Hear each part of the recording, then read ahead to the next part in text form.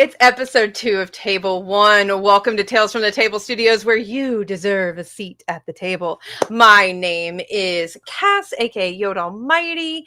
I use she, they pronouns, and I am your tale slinger, your master of ceremonies for this game. Fully lost my train of thought because I got distracted seeing my own face on the screen. This is where my brain is at. We are 3 days post COVID. We're fine. Anyway, I'm gonna go around and introduce everyone, and we're gonna jump right in tonight because I got a list of things to do, and I need everybody to follow the program. So, without further ado, let us start with X, and then we'll popcorn around. Xdel. Hello, that's me. I'm Xdel. Pronouns are he, him. Tonight I'm playing Jax LeFay the Younger. Also he, him. Hello, I'm here. Purple Ranger. What's going on? I said popcorn, you pick. Okay, but Matt. Thank you. Hello, I'm Matt, he, him pronouns. And tonight I'll be playing Huang Qin, he, they pronouns. Qin, of course, the ambitious knight who wants his friend, Alice, to become king. And I shall popcorn it over to Kian. Hello, everybody. My name is Kian. I use any and all pronouns, and tonight I am playing Avery Kaparis. Just a little lad, got hit with some magic, a couple of whammies. We're not too worried about it. I'm sure everything is fine. May or may not be dating the hot doctor. We shall see. And I will popcorn it over to JT. Hello, I'm JT, and tonight I will be playing everybody's favorite pathetic wet cat, Carlisle Vicori, the Cerulean Ranger. Pronouns. They, them, both. Thank you. Okay, so Carlisle, Avery, Jax, and Chin. When we left off last time, you all were successfully invested as new Knights of the Realm, Knights to the Royal Family, and given a mission. One of you went off to interrogate some potential suspects in the murder of the Princess Royal, Princess Charlotte, and the subsequent madness of her husband, Duke Leopold.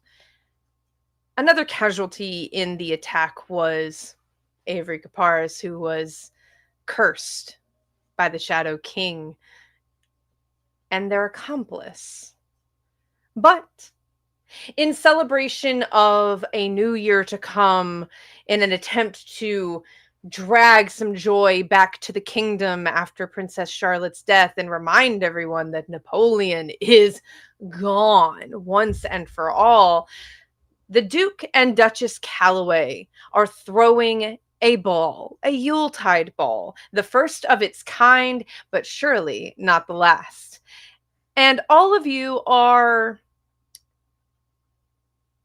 invited as honored guests. The ball is not in your name, but it timed out perfectly that new knights were going to be invested at the same time as the festivities. So, I have a question for you. Do you all arrive together or separately? You are not I united vote front together yet, I think. because we are a newly appointed team of knights, and I feel like for the festivities, in fact, I'll do this in character, Jax will go, I think we should, make a show of force, so to speak, and show up together, yeah? Sounds good to me. As you say. Just let them know that we are here to do what we are here to do, as we have been appointed to do, and all that whatnot by the oath and Merlin. That was non-fella. Is Avery agreeing to arrive together? Kian does not know. How do I meet my date? Is my date just going to be there and we just have to come across each other there? Social convention of the time You do, if you were not a guardian or a knight, and therefore technically also working during the ball, you might need a chaperone. But you are a titled person of the realm, so you have just been given leeway to kind of do whatever the fuck you want a little bit, to like a certain extent, right? So you could arrive with Maximoff, but as you are introduced, Maximoff will not be introduced with you. Okay. Or you could meet there. We're You both tell me. grown. He can get himself there. I'll show up with the rest of the group. Both grown. He can get himself there. Taking note of that. We're both grown. Okay. All right. So all four of you, do you take a carriage? Do you requisition horses? Well, how are you getting to this ball? It is December in London. And London at this time is not this teeming metropolis that we know today. There's still country houses in what will become posh neighborhoods later on. So, like, it's going to take a minute to get places. Are you sitting together, cramped in a carriage? Or are we riding horses? What are we doing? I'd say a carriage is nice. What's the most expensive carriage we could get? Well, there is your standard carriage that is provided to knights for getting around. Or you could go to the street, to the high street, and hire a cab, which is there. It's not the most expensive option, but it is something you would have to pay for. But most handsome cabs are not very fancy. You're more likely to look fancier showing up in the carriage provided by the knights. Okay. I'll stick with the night cab then. Okay. Alrighty. So carriage it is. This is a 4-horse carriage. Ooh, Jax, you had a question? I make it a point to ride, to stay true to my temperament. I will make it a point to ride on top of the carriage. Like laying down. Hello? Buddy, it's winter. Yes. It's snowing. Are you going to show up damp? I mean, I'm used to it. Are you going to show up damp? A little bit. Not wet, but a little bit damp. Okay. I needed to know this information. Jax, I'm like lying on top. Damp. I'm like lying on top of it, like arms, you know, the Naruto. Hold on. Down. You're not even sitting next to the coachman. You are lying on top of the carriage, yes. I feel like as the GM, I should nip this bit in the bud. But on the same token, I'm me and I don't want to. So yes. Okay. So the three of you are in the carriage. You are about 5 minutes out. You can see the exterior to this gorgeous Georgian palace that has been recently renovated by the Callaways, who are fresh with some cash from getting government contracts to fund certain parts of the army and naval efforts during the Napoleonic Wars. The coachman calls out to you and taps on the side of the carriage to let you know you have a few minutes in case anybody has fallen asleep. Calls out to Jax, "Sir, if you're awake, we are 5 minutes away." Thank you. And then at this point, I'll slip into the carriage. Nice breeze out there, everybody. This man, I have to make a note. This coachman, who I've just decided is named Eric. Coachman, and I'm writing him down. The coachman named Eric is supremely nonplussed by this behavior. It's just like, knights are weird. And this is actually Actually, I'm going to flip onto my stomach with my legs like in the air kicking, and I'm just gonna lean over to the side and be like, "So, how have you been?" If you're doing this, I need you to roll a footwork check. Okay. Listen. I need you to understand how deeply rutted roads were at this point in time. Nothing's gonna stop me from being. I got a 3.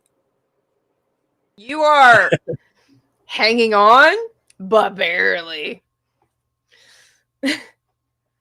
So how long you been a coach driver, carriage driver, horse driver, whatever the Coachman. term is. Coachman. Coachman. They don't I have got coaches coachman. in America, sir. I spent most of my life on, a ship and whatnot. That's nice. Can you please get off the top of my carriage? It would be unseemly for me to arrive with a passenger on the top. Playing hard to get, huh? All right, I'll talk to you later then. You are, frankly, sir, not my type. I'm everybody's type. Once they get to know me. You Slip inside the carriage.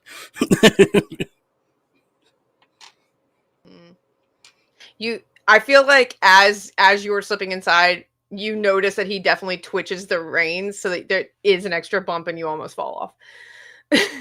He's a little irritated. But he does his job well. You climb in. How has everybody been spending this approximately 40-minute carriage ride before we arrive?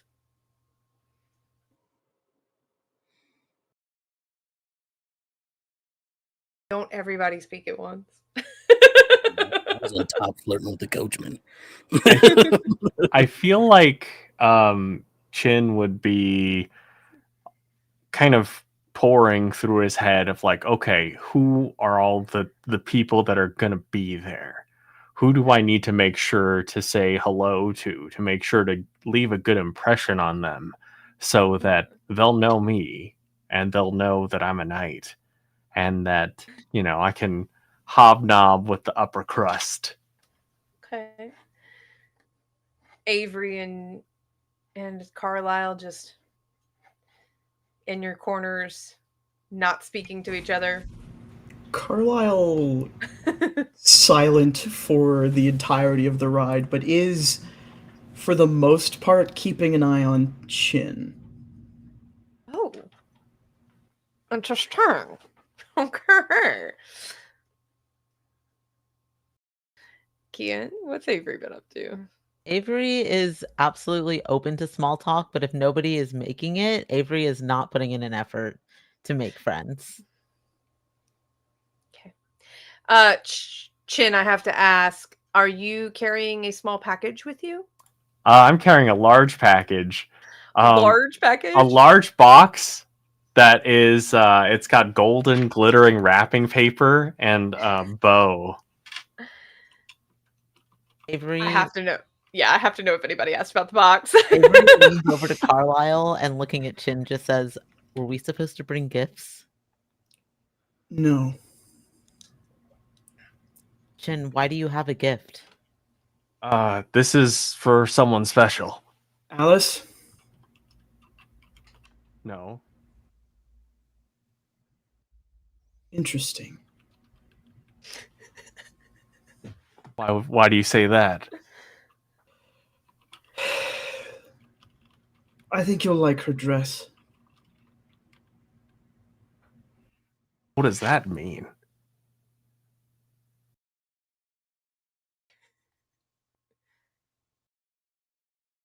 Carlisle does not respond. And Chin, like you see him like start to like the gears are turning in his head, and he's like, how does Carlisle know Alice? Do they have a relationship or something? What's going on there? And this like shoves aside all of his to-do list of, talk with this person, talk with this person. Now he's just worried. No. And is Avery just like imaginary bucket of popcorn like? Yep. All right. So about the time like Chin starts to spiral is when Jax stumbles inside, and you begin the turn of the long drive up towards Chatsworth House. So, do you all have anything you want to do, say to each other before you enter the ball? Would Everybody's we task is clear. clear as mud? And that absolutely not. No. Our main job tonight is to help out with security, if I remember correctly. But investigation should happen as soon as possible. Yeah. Yeah. And I'll stay close to Alice. And let's make sure that, and you'll note that Chin specifically looks to Carlisle when he says this. Make sure that we stay on our specific tasks. I have my task. I have a lead.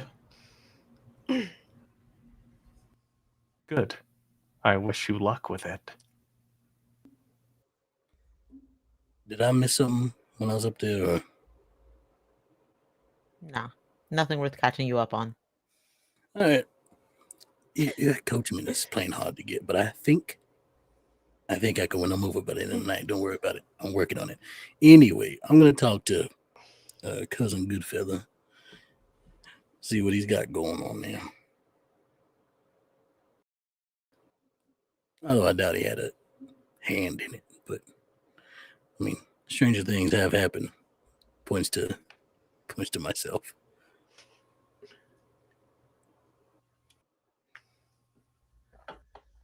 Y'all are so uptight tonight. Loosen up a little bit. It's the first ball of the year.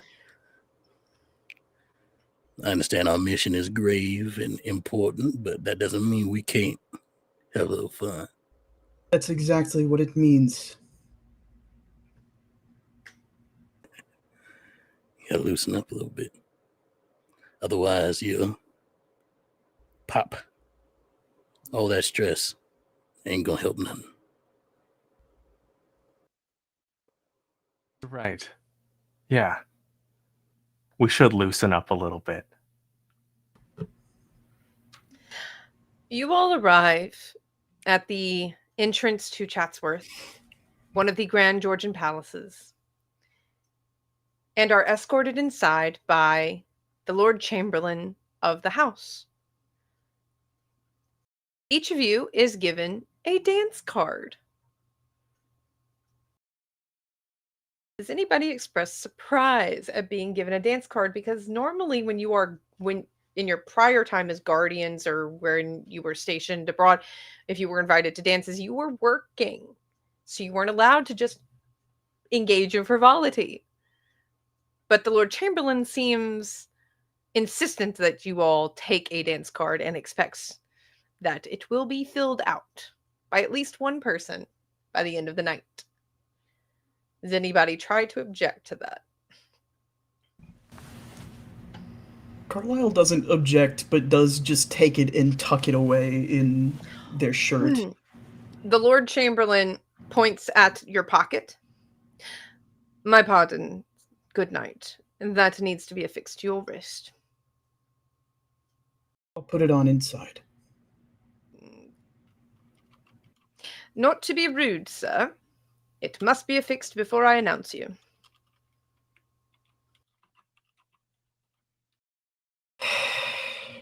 Do you require assistance?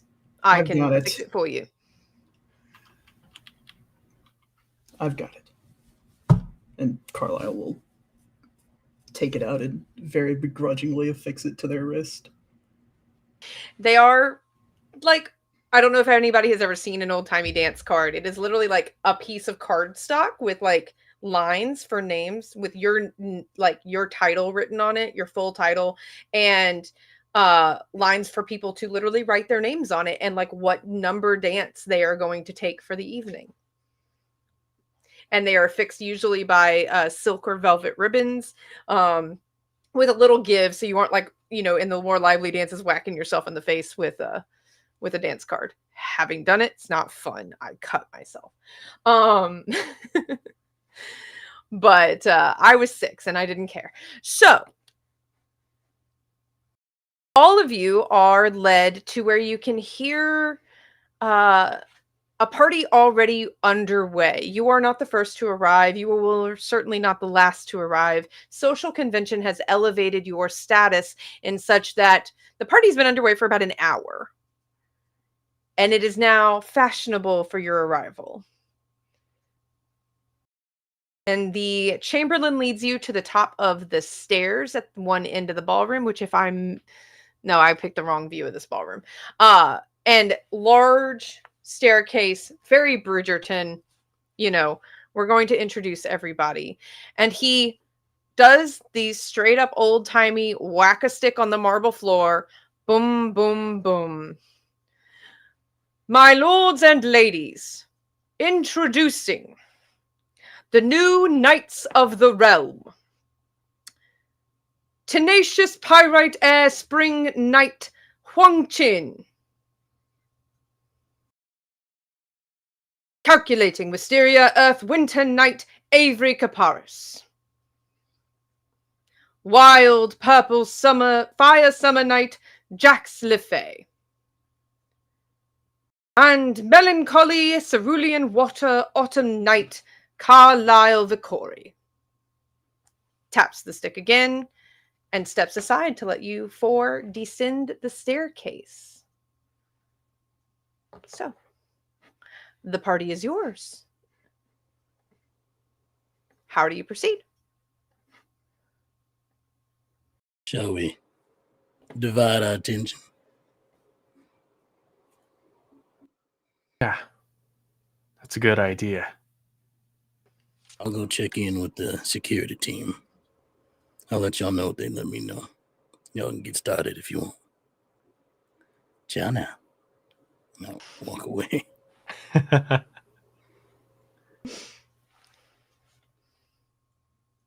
say Yeah. Chin would probably have like a little bit of like a competitive fire, because after having like a little bit of back and forth with Carlisle and seeing the little apprehension with the card, Chin immediately starts moving about the room to try to fill his card quickly. Does he leave any spots open? Yes. I do want to ask if there are Mm. if there is like I don't know, if there's like specific spots for slow songs. So typically the evening would begin, I'm going to say, with a more energetic song, and then a mid-tempo, and then a slow, and then towards the end of the evening, another up-tempo song. And to Okay. round out the evening, a slow waltz. Ranking on your dance card is important. Who you allow the first dance and who you allow the last dance are typically seen as more important. Okay. Throw that out to everybody. He's leaving the first and last open. Mm-hmm. I think of it like maybe if there's, he probably will alternate of like, okay, I'm gonna try to fill everything up on the even side and then leave the odd ones. I understand. Okay. Then I will let you mingle and do that. You give me an idea after you think about it for a moment of what kind of person you are looking for. Okay. Avery. Where is Maximov? Maximov is standing by one of the windows in a little alcove, already 2 drinks in hand, holding one up for you. I will make my way over. What is Avery wearing? Avery is wearing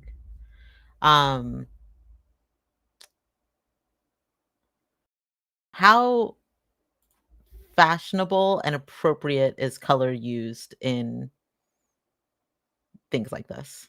So, for the Yuletide ball, and the nation is, quote, in a time of mourning still. It has only been 6 weeks since Charlotte's death. The ball is a little more somber than it may have been otherwise, but people have pops of color, bright colors. It is still a time of celebration. Okay. So, Avery is mostly dressed in black. mhm. Soft purple wisteria lilac accents along the edges, sort of along the thread work. There is a long cape on one shoulder. The interior of it is that same soft purple color.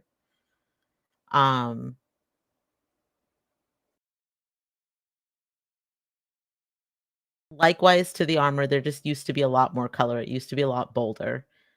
This is Okay. a little bit more Subdued. mellowed out. Yeah. You walk up and get a good look at Maximoff, and it is like looking.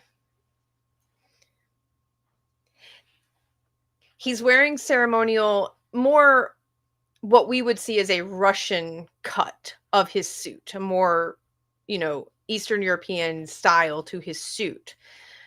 And there's, fur to his collar, but where you are wearing black and wisteria, his suit is wisteria with black embroidery. Almost as if he somehow got a look at what you were wearing without you knowing, because I'm sure you didn't decide until very last minute what you were wearing, and knew the exact compliment to it. You look like mirrored versions of each other, almost. And I he walk passes up. you the drink. I take the drink. You came together well. I think I did all right. They are not serving good alcohol, but we will make do.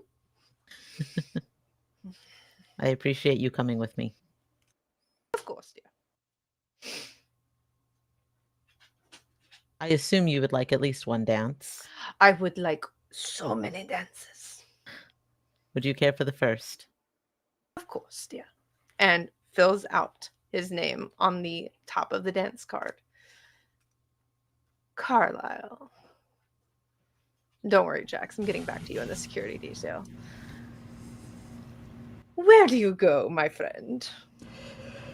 Carlisle is keeping to the sides of the ballroom, keeping an eye on those of their compatriots who stayed in the ballroom to go and interface with the guests, and is scanning for the prince and his guard.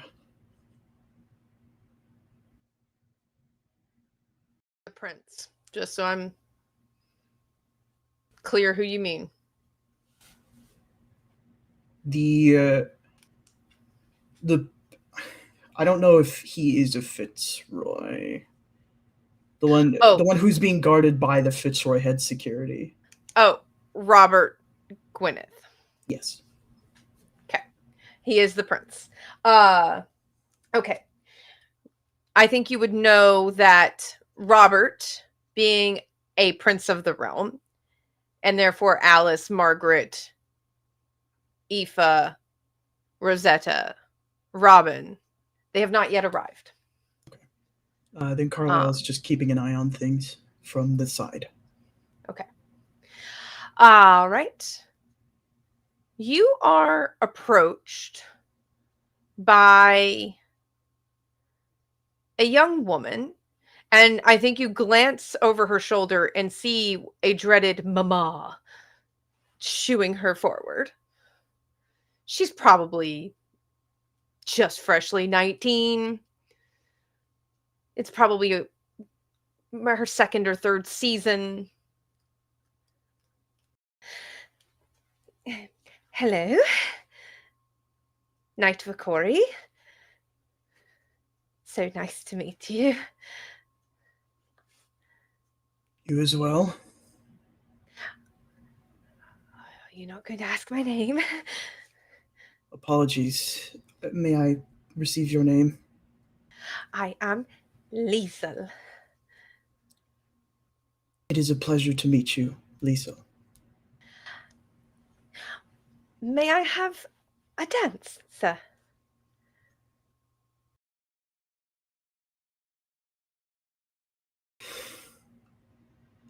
What are the rules, Cass? What are the rules? Can I say no? The rules, you can say no, but However, you do know that it is considered rude to say no.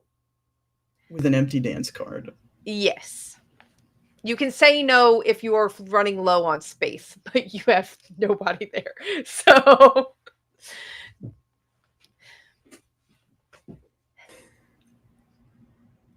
You are in luck.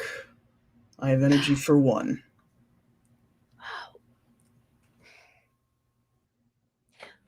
a slow or a fast dance?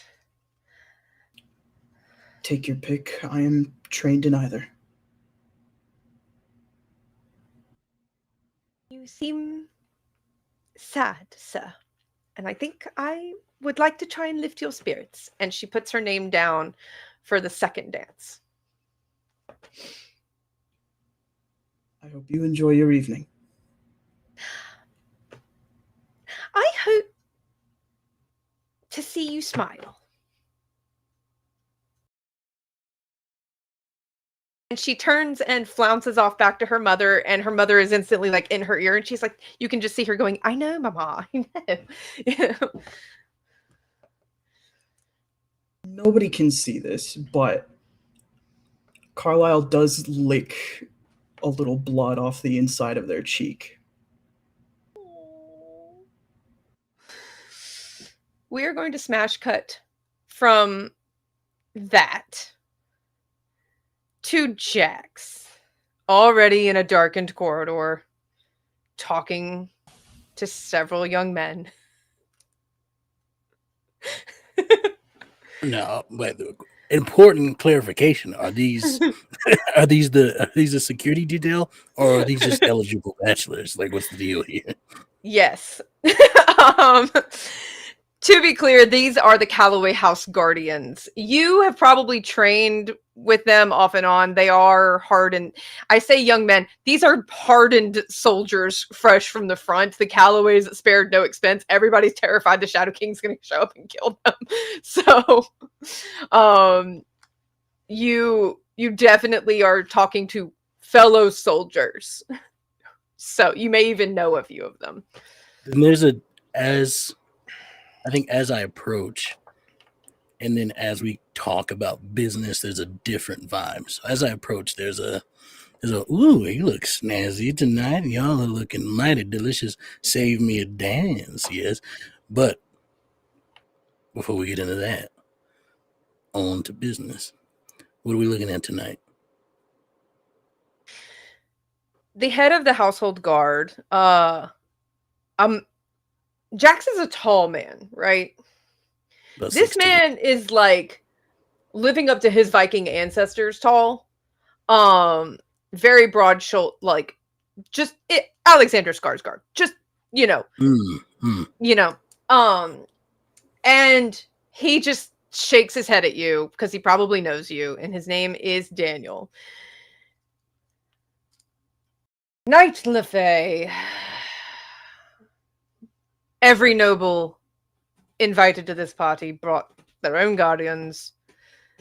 It is a nightmare of over compensation. The grounds are being patrolled by 10 separate groups, all who showed up 3 days ago to scout everything out. We are controlling the inside of the house, along with the 2 groups of royal knights that will be showing up later with Prince Robert and the Princess Lisbeth. Please do not question my abilities. Jax, I've known you too long. I'm just asking.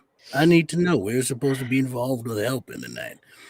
There's too much security and too many people working independently. I'm afraid that might be. Oh, no one is working independently. I know everybody's whereabouts. I know their names. I know how old they are. I know what they ate for breakfast. I don't know why you seem so stressed. Because there are 100 people crawling around my gardens. No, yeah, you just tell them to wipe their feet when they come in. I hate you. No, you don't. Anyway, No, look, I is there don't. anything that we could help with? The four of us are here. We're supposed to be helping out. Is there anything that we can do to lighten the load on your shoulders?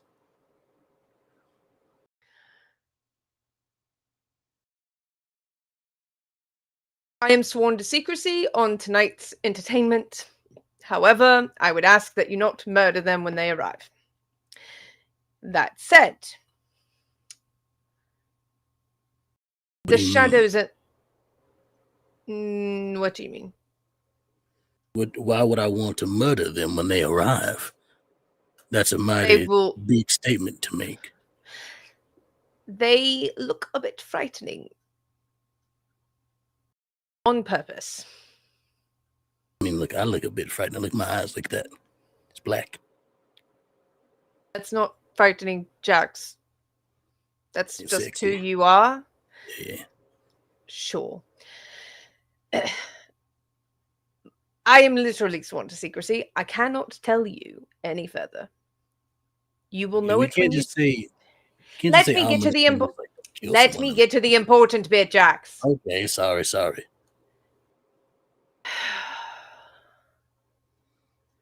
Part of the reason everyone is out in the gardens is A, because tonight's entertainment will be transferring most of the guests out there, and B, because we found this nailed to the outer wall, and he will pass you a piece of paper. Now, I don't know if anybody knows what the what is the word for this?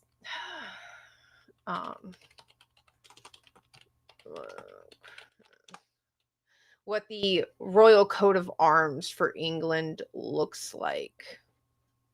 I'll show you a picture. I'll post it in the chat, the Tuesday table chat.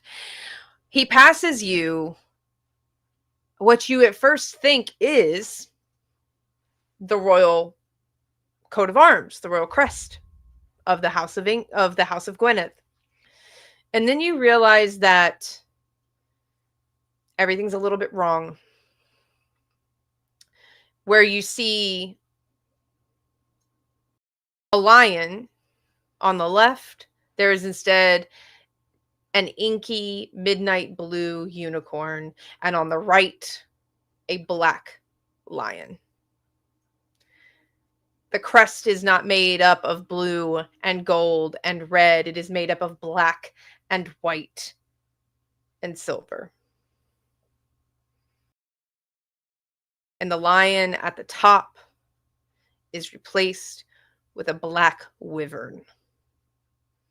This, you know, to be, based on the information you were given earlier today, the crest, the coat of arms of the Shadow King. We found that earlier. Wait. First, let's lead with this. I tried. You interrupted. I mean, you went through a whole lot. You know what? That's neither here nor there. Second, you mean to tell me there's, tens of dozens of you out here patrolling the grounds and no one saw someone put this on the door? It wasn't on the door. It was on the outer wall, which is 5 acres that way. Let me tell you something. Somebody in the royal family just died. I don't think 5 acres is a big deal when it comes to that. I'm aware. Which is why people are patrolling the gardens, people are patrolling the lands, and all of us have eyes on no more than 2 guests at a time. All of the servants are people I know personally. No outside help has been allowed in. Not one. Only the royal family are bringing their personal servants this evening. They are the only outsiders other than the guests allowed in. Not even the guards of all of these toffs are allowed in the house. The Duke and Duchess are insisting that tonight's entertainment take place in the garden, despite my reservations. So, how you can help? I don't know, Jax. There's too much that can happen. We'll just say we can do what we want to help out. So you gotta let me know. Of course. Come on. I feel like I shouldn't ask this, but considering who two of your new compatriots are and their whereabouts 6 weeks ago, do you trust the people you are now serving with? Trust is a strong word. I trust them to do what needs to be done. I know who they are, what they did on the field in the battle during the war. I trust them to get what they need to do done. Personally, I don't know one thing about it. But that's part of the fun.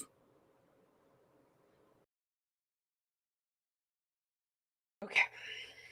Well,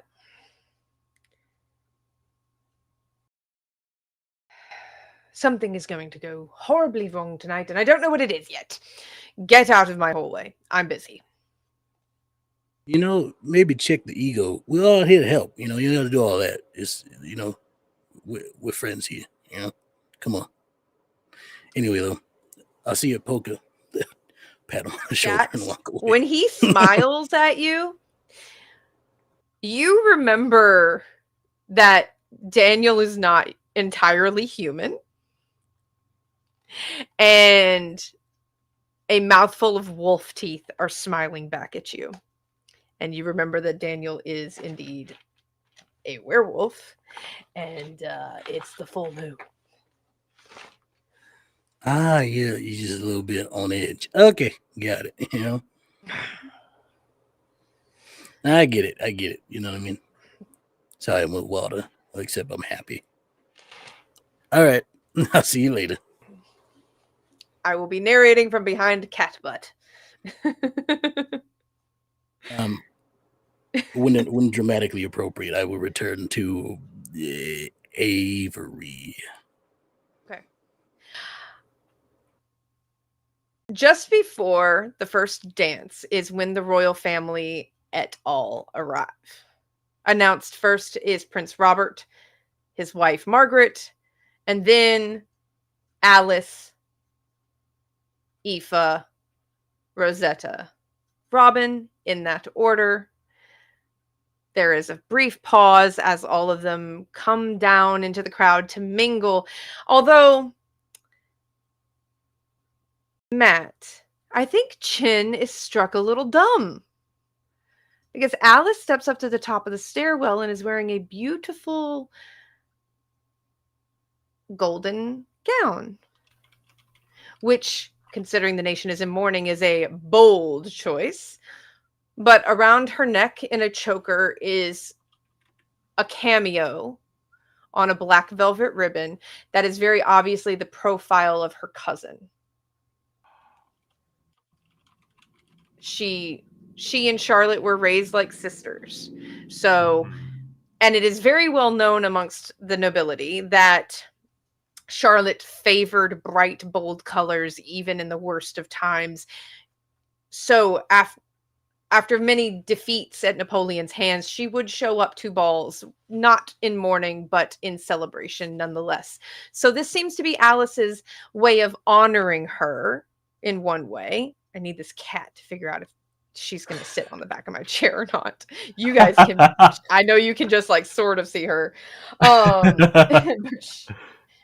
She's like making biscuits. So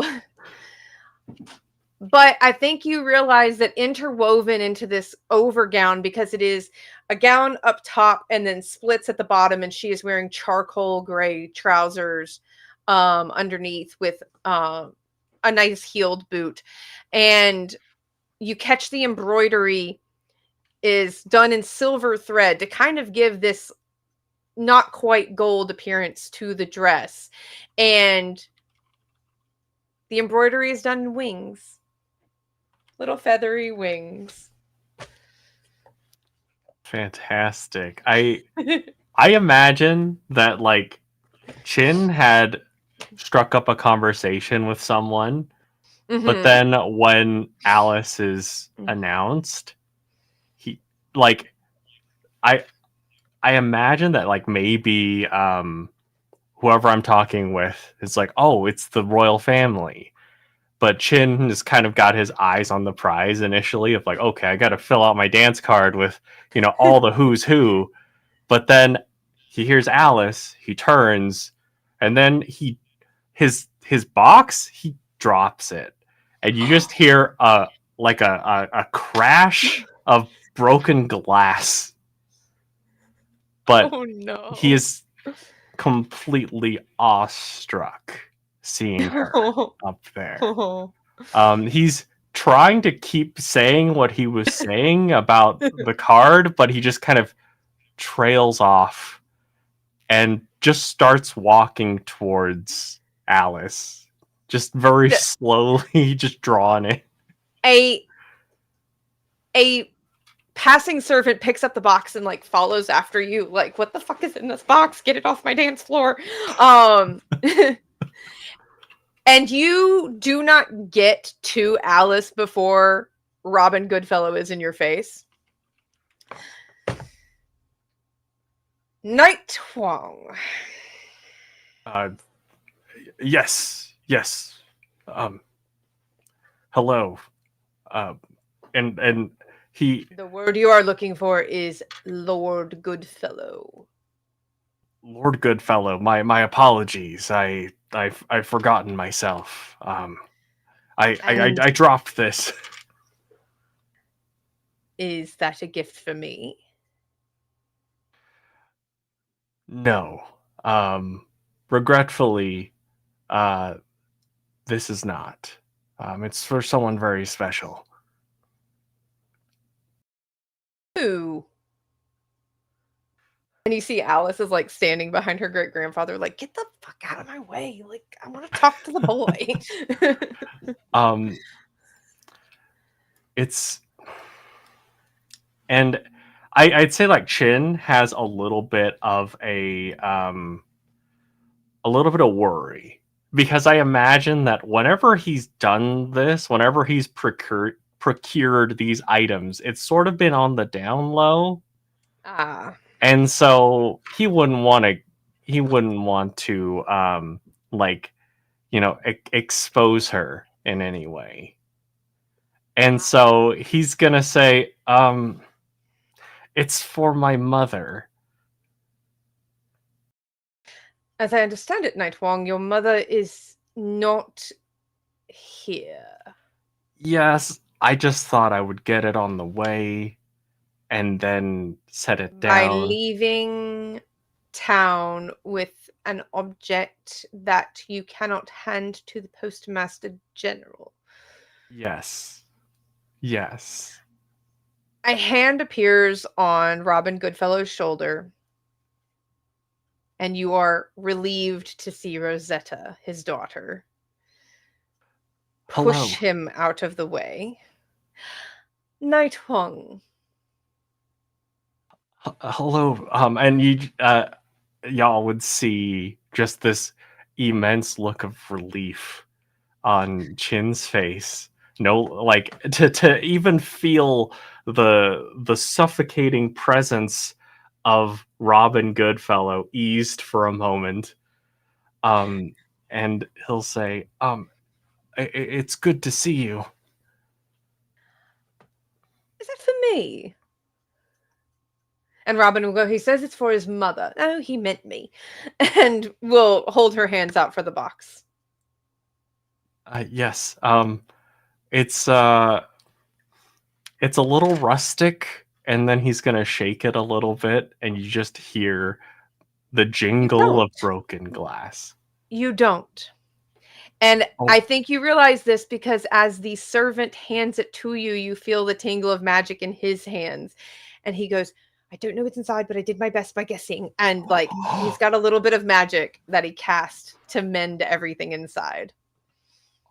Oh my gosh. Internally, and then he's just gone. The servant is gone. He is invisible.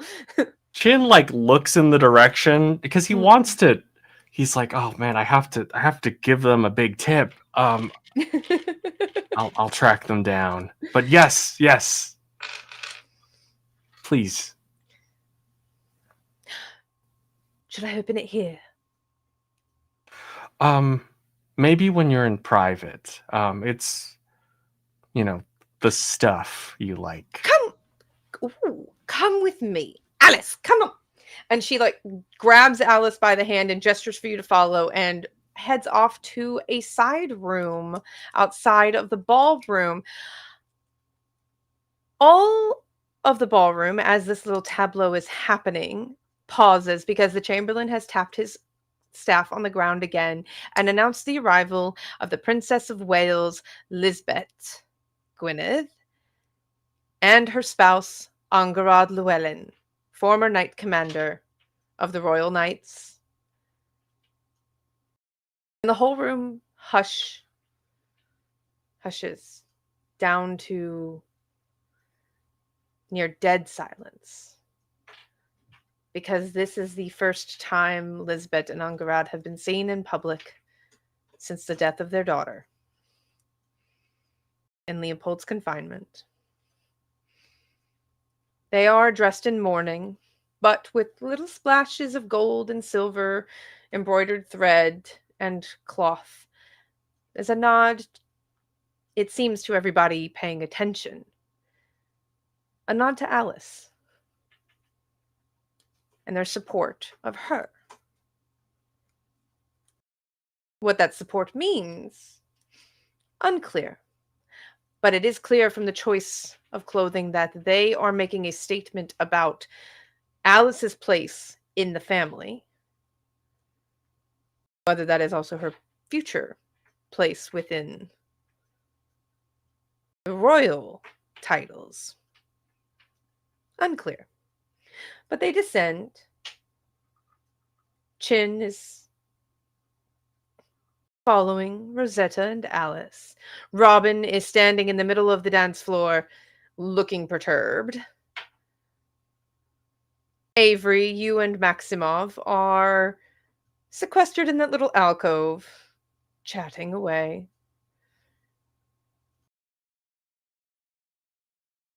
Carlisle, you are holding up the wall. And Jax, you are entering the ballroom once more. What does everybody do?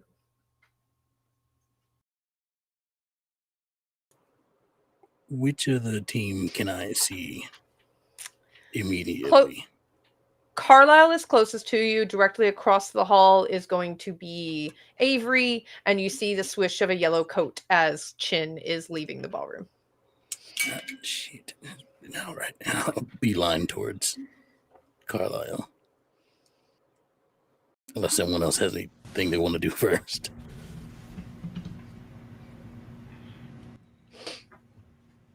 The first dance is going to be announced in about 5 minutes, and I'm so very tempted to put a timer on my phone. Understood. So I approach Carlisle immediately. Well, you look like you're having a good time. Oh, you got a name. There is no answer from Carlisle. Their eye is very frantically darting between Lisbeth and Angarad, and back to you. Their fist is clenched as white knuckle as it can be before they look to you and they go, one name. I understand. If someone else wasn't gonna do it, I was gonna do it, so you didn't look bad. You know what I mean? But it's fine. Listen, find out something. I think we need to team together. Well, maybe not urgently, and I'll slide I will very discreetly, in the way that someone who is well versed in nefarious activities would, and slip you almost like in a handshake, and slip you the note that was given to me by Daniel. Etiquette, both of you. Dang it! I shouldn't have said something. Oh, Nope, you really shouldn't have. finally, go, you a got roll this. for me. This is not a good thing for me. No, I'm one up. I'm one up. Roll a 3. I got a 4. Oh, it is not your best pass, but Carlisle kind of saves it from most people's notice. This passing of this little, I say little, it's, do I have a piece of paper nearby? I believe I get a mark of peril from that, correct? You do. You take a mark of peril. I didn't make anybody take them last game because I didn't think it was fair on the first episode. But then Grim made you take marks of peril, and I was like, "Well, fine." If you fail a roll, you do take a mark of peril for your first one, which this is technically your first one in this table. You have to roll, but it is impossible for you to fail on your first roll. You are trying to roll under your marks of peril. However many you have. Is it roll under or roll over? Under, I believe. I thought it was too, but watch me miss. Well, I think you want to roll above them to not immediately You want to roll above them to not succumb to the vapors. Yes, we are playing the Sentai and Sensibility game rules. Succumbing to the vapors means you have to leave the scene completely. Yeah. And I don't want that to happen right now. That would be really lame. Anyway, so yes, mark of peril. You can't fail it, so I'm not gonna make you roll it. And the voice in our ears is reminding us that if you hit the number of marks exactly, you clear all of them. So it's a little clumsy, but you figure it out because Carlisle kind of like takes your arm and takes this piece of paper. It's roughly the size of a piece of printer paper. So it's not small. And there's a big knife slot through it where it was obviously pinned to something by a blade of some substance. And Carlisle, you see the crest of the Shadow King. This is left on the exterior wall, 5 acres away, apparently, today. Carlisle's eye is locked onto this.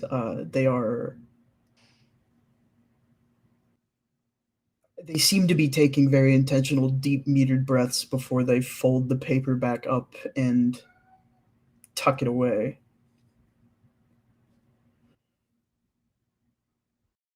No, we don't want to cause panic, so, stay calm. But we should investigate the outside, which I'll talk about more what I learned out there. Now, not so many years around.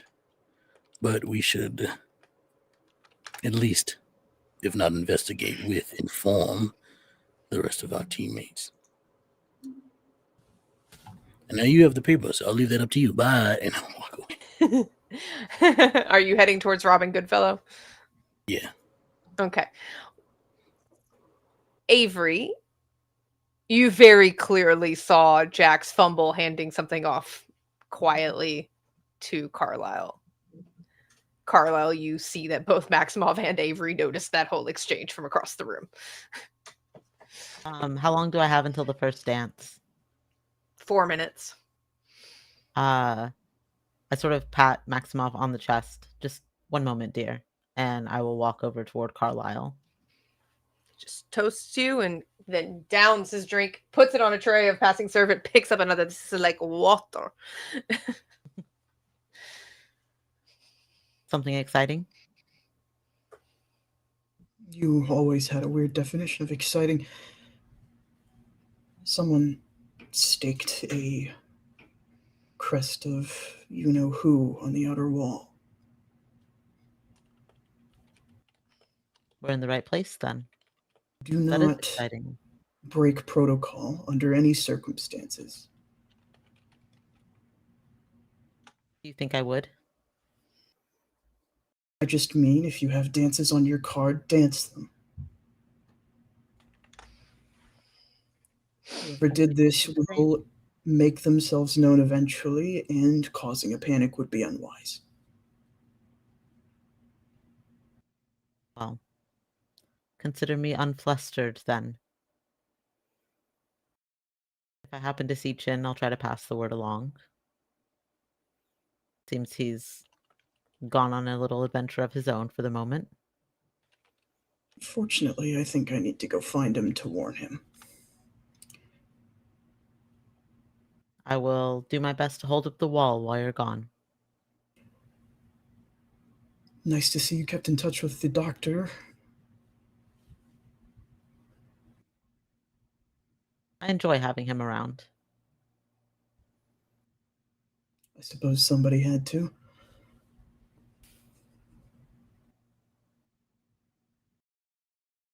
Go on, Carlisle. Off to ruin Chin's night. Carlisle's going to peel away from the wall.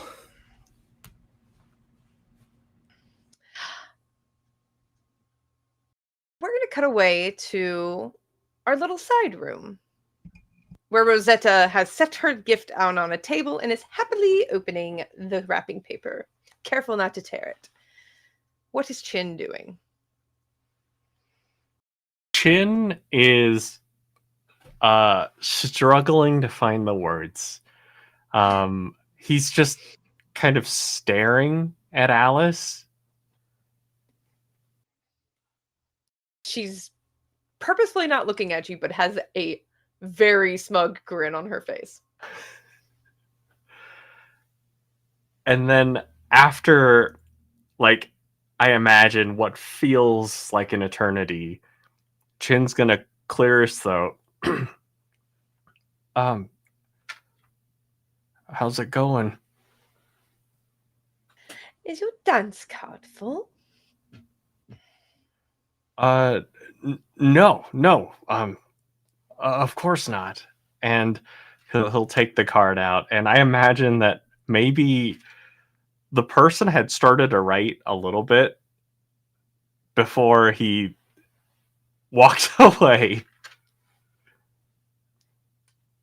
Sorry, that's a smudge right there.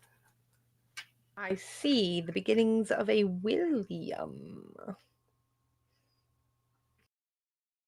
Look, I wasn't sure if you were gonna be here or not, so Why wouldn't I be here?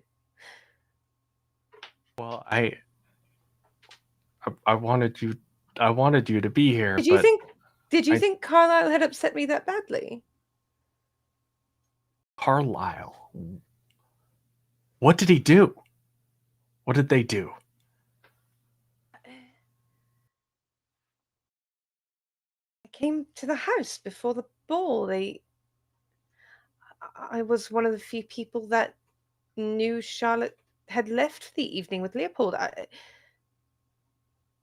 Accusations were insinuated, but mother, don't. You're making that face. Then you're making that face. It's fine. It is fine. They are distraught. They are not thinking clearly. There's nothing going on between you and them. Did you not know? And Rosetta has is delightfully cooing in the background, pulling little teacups out, and letting you two talk.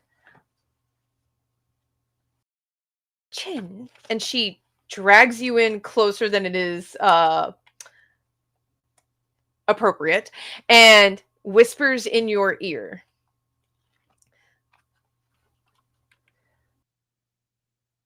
Carlisle was Charlotte and Leopold's lover. They were the three of them. He is... They... Leopold...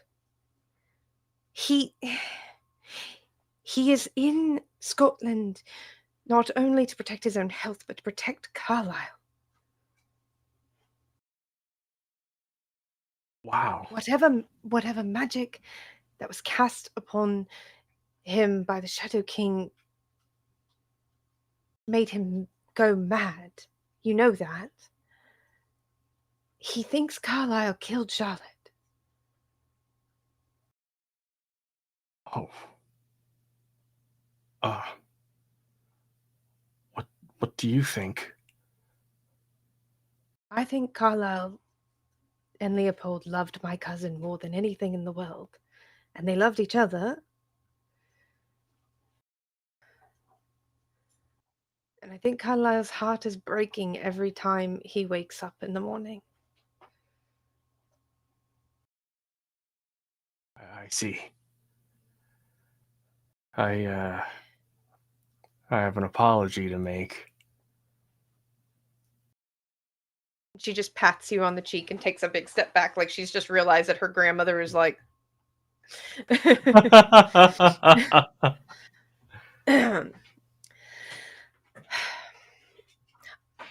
dance! And because you have started to hear the strings of the cellos outside in the ballroom, and as she like grabs your hand to lead you out, you turn, and Carlisle is standing in the doorway.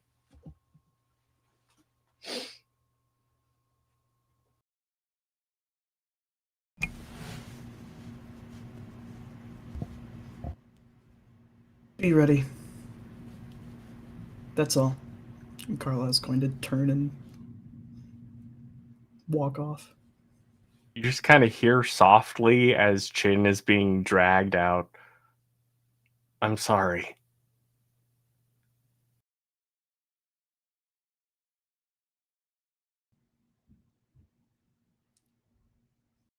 They give no acknowledgement if they heard it.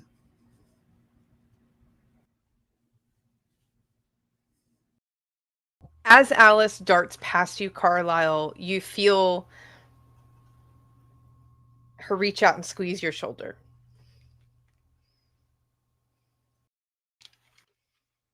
There is a... They don't physically recoil, but their shoulder tenses under her hand. She doesn't acknowledge it, just keeps dragging Chin out by the dance card and is like filling her name out on all the empty spaces. It is improper for people to ask her to dance, but she can ask whoever the fuck she wants. And she's even crossing a couple people, then she's like, they're not them, and like crosses their names off, and she's like, ooh, you'll like them, and like puts a little star next to some people's names. And the first dance begins. It is a lively tune. Not going to have everybody act out a dance. The second dance happens after a round of refreshments are brought to the ballroom, and then the third, and the fourth, and the fifth, and I think all of you start to relax a little bit because there are no immediate threats. Carlisle, you dance with Lizelle. She doesn't get you to smile, but she does write her name on the last line of your dance card. Nobody else approaches you. Just Lizelle. She doesn't seem off-put by the cloud of sadness around you. She's content to just let you be, but not let you be a focus of concerned whispers from the various members of the nobility. Avery, you and Maximov share a few dances, and Maximov intentionally changes one of the dances into a more Eastern European inspired tune to the point that nobody else knows the dance, and he has been dragging you around the floor in steps that you are barely keeping up with. Actually, make a footwork roll because it's funny. And actually, Chin, if you would like to try to keep up, you can also make a footwork with Alice. Yes. That's a 3 for Avery. Works. You are barely keeping up. I got a 6. Alice is keeping up. You are stumbling, but it is delightful to everyone to watch. Jax, are you going to try and get in on the fun? Wildly enough, Jax does not dance with anybody. That's right. Because you wanted to talk to your dear cousin. So we will cut over to Robin Goodfellow. And I think I said something last time about Robin's father, the King Oberon of Avalon, that he appears as whomever you find most attractive in the world or at any given moment. Robin has a bit of that allure to him. You joke that you are everybody's type, but Robin really is everyone's type. And he is frowning, watching his great-granddaughter dance with Chin. What do you say to him? Now, before I get started, how familiar can I get away with addressing him? Like, can I be like, yo, what's up, Robin? Or was it like, gotta say Lord Goodfellow still? The Fae are much more lax about familiarity than human courts are. He's fucking with Chin because he can. Your family. You're not close family. He's that cousin you kind of don't, you know. I've seen around at the functions. Yeah. He's not everybody's first invite to the barbecue, I'll put it that way. Understood, yeah. He's got that vibe. Yeah. It's not, and I will let you know that you have heard stories that before the death of his wife, Rosetta's mother, Jack, you and Robin would have gotten along a lot better. He's kind of lost something of himself with the death of his wife. Then I will approach with a formal posture, but a relaxed speak, if that makes sense. And so I will go, hello, cousin. How are you doing this night? He just side-eyes you. Cousin, I'm watching my great-granddaughter make a mistake. Now, y'all make mistakes sometimes. Yes, but she's more human than you or I. Fair enough. Her mistakes are a little more permanent. I argue that with such fleeting time, mistakes are important to make. But that's neither here nor there. That's not why I came to speak to you. And he does turn to fully look at you. It's still side-eyeing Chin, but is turned to look at you. And might I say, you look great this evening. Get to the point, Jax. All right. Listen, to be entirely upfront with you, I need to know if you know anything about Charlotte's death.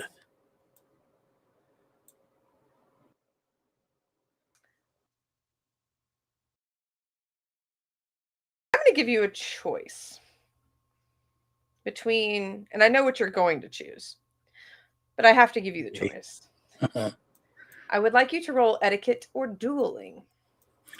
Dueling, of course. I'm better at that. I had to give you the choice.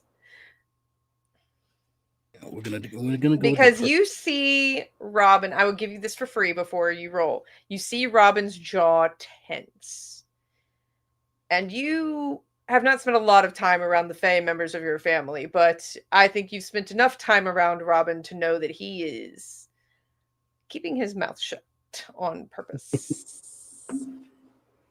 That is a big old 5. That is a success. So the dueling roll means that your response to this jaw clench is a little more combative than it probably would have been if you chose etiquette. So how do you come at him? This is a duel of words we are engaging in.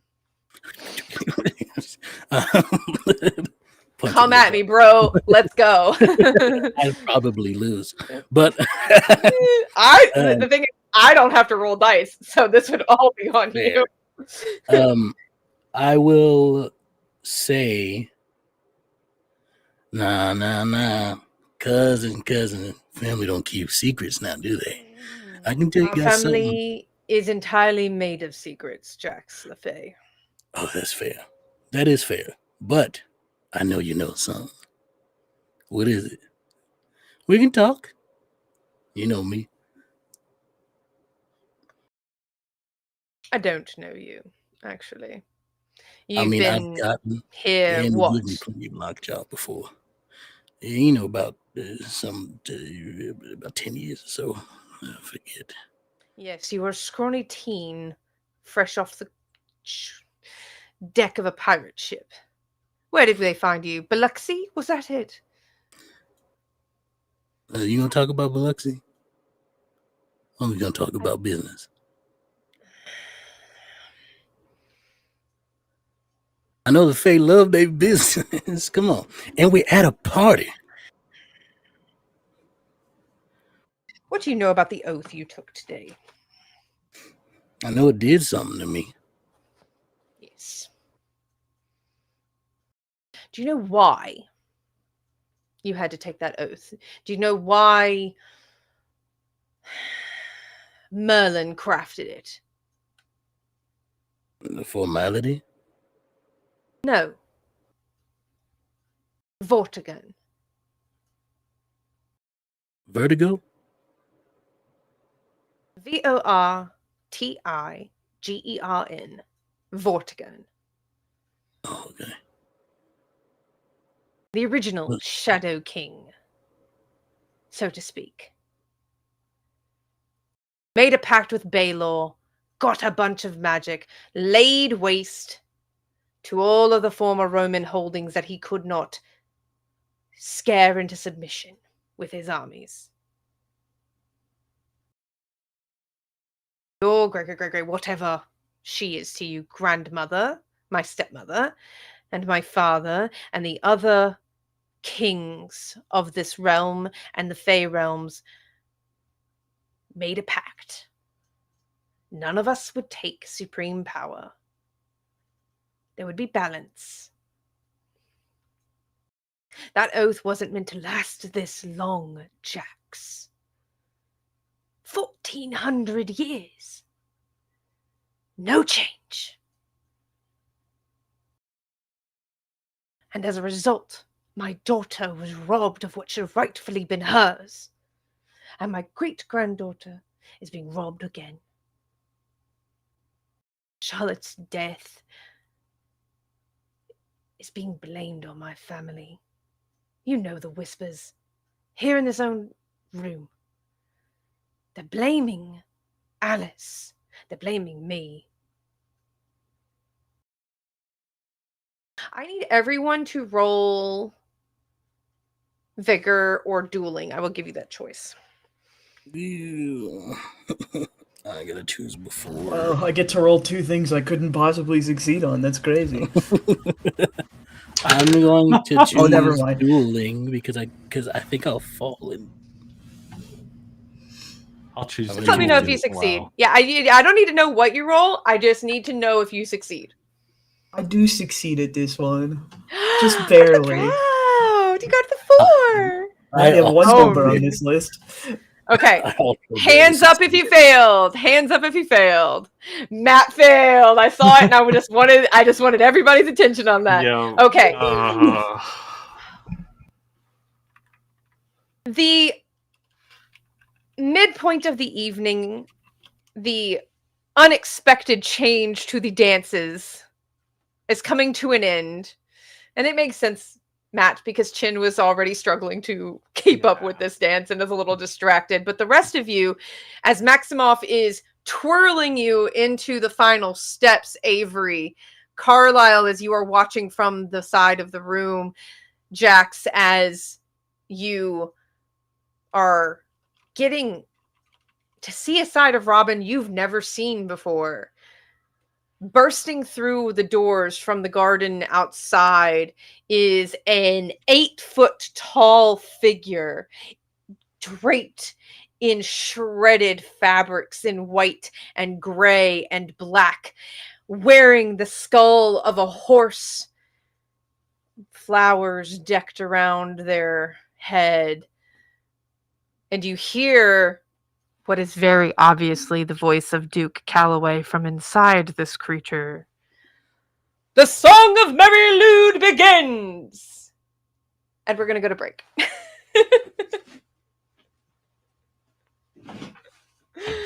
Alrighty, everybody. Get some liquids in you. Hey, Diet Coke counts as the juice. And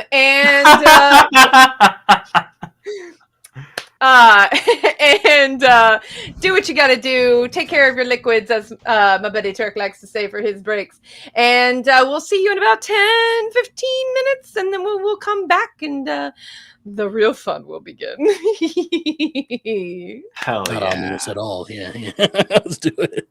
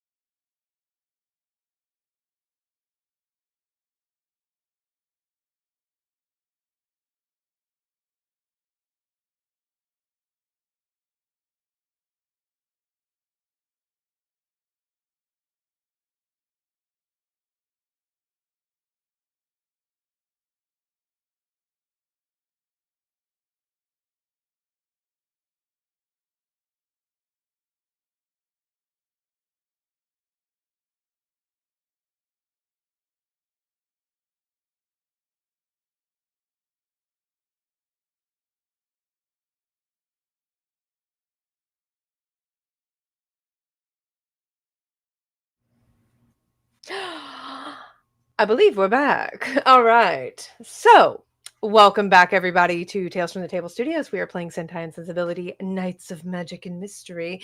We're at a dance, and nothing is going wrong. Everything's perfect. Everyone at my table passed their last roll except one. So, Yep.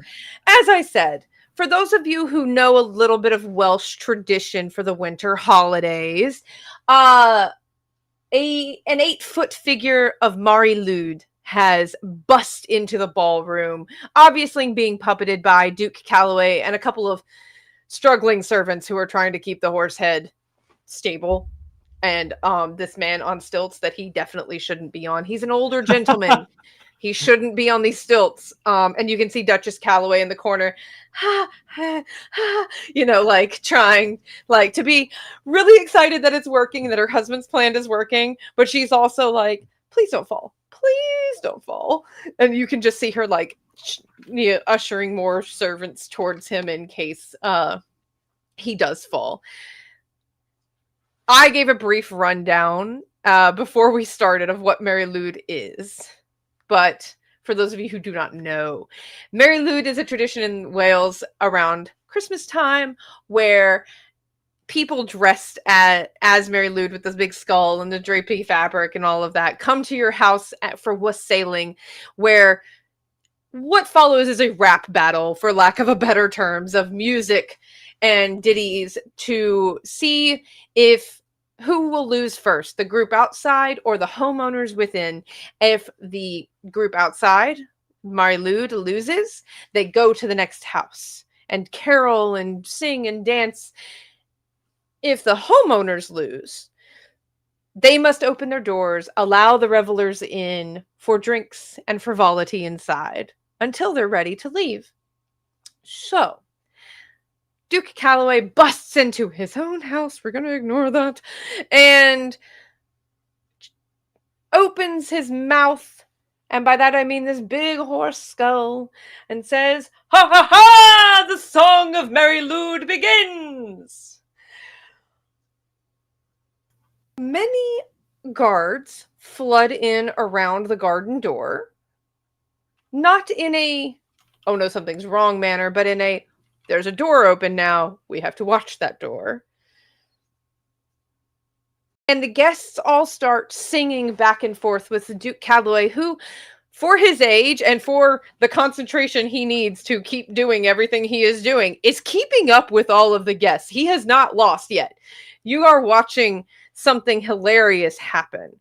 And it is lifting everybody's spirits. You can feel the tone in the room change. And Chin, as you are startled by all of this, Alice takes control of the dance and spins you to a stop to face this Mari Lwyd. What are you all doing?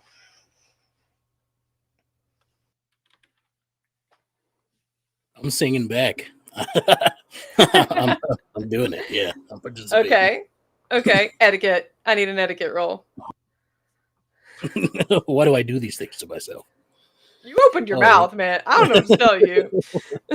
What I get for being charismatic. All right. Oh, that's a 2. I forget. I think that does it.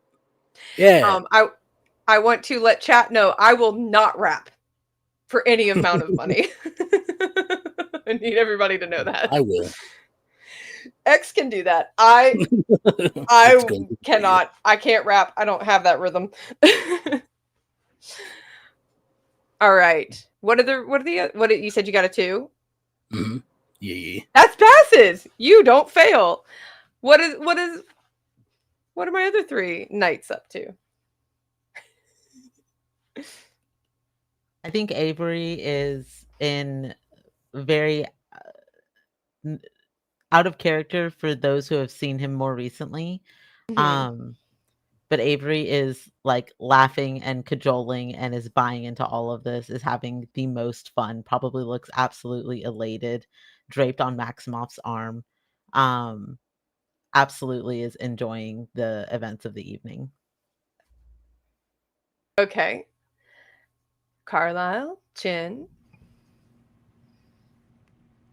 Carlisle is not participating, is sort of to the back of the crowd at this point. just keeping an eye out for that head of security now that there's a sort of cover of merriment. Okay. Chin? So Chin, being the one to not clock that this is Duke Calloway,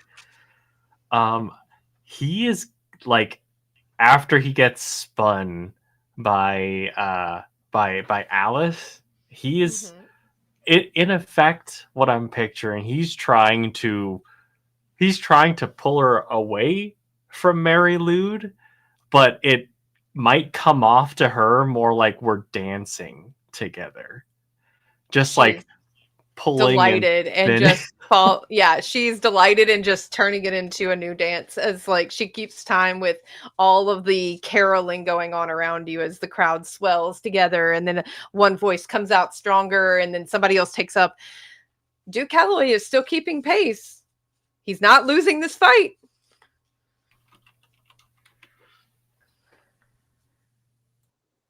I sing harder.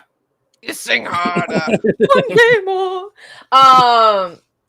One day. Yeah. Alrighty. So this goes back and forth. And finally, I think everybody, now that the four of you are paying attention, notices Duke Calloway cast the skull towards his wife's direction and challenge her directly. And they go back and forth for a moment to the delight of the crowd. You even see Lisbeth and Angarad smiling in the corner. And Duke Calloway loses. Mary Lwyd loses to the Duchess. And she calls out to all of her guests, Mary Lwyd has been cast away. We must chase them into the night. And the servants and Duke Calloway, puppeting Mary Lwyd, turn and run out into the garden. And all the guests give chase. Alice runs out. Robin, Angarad, Lisbeth all stay.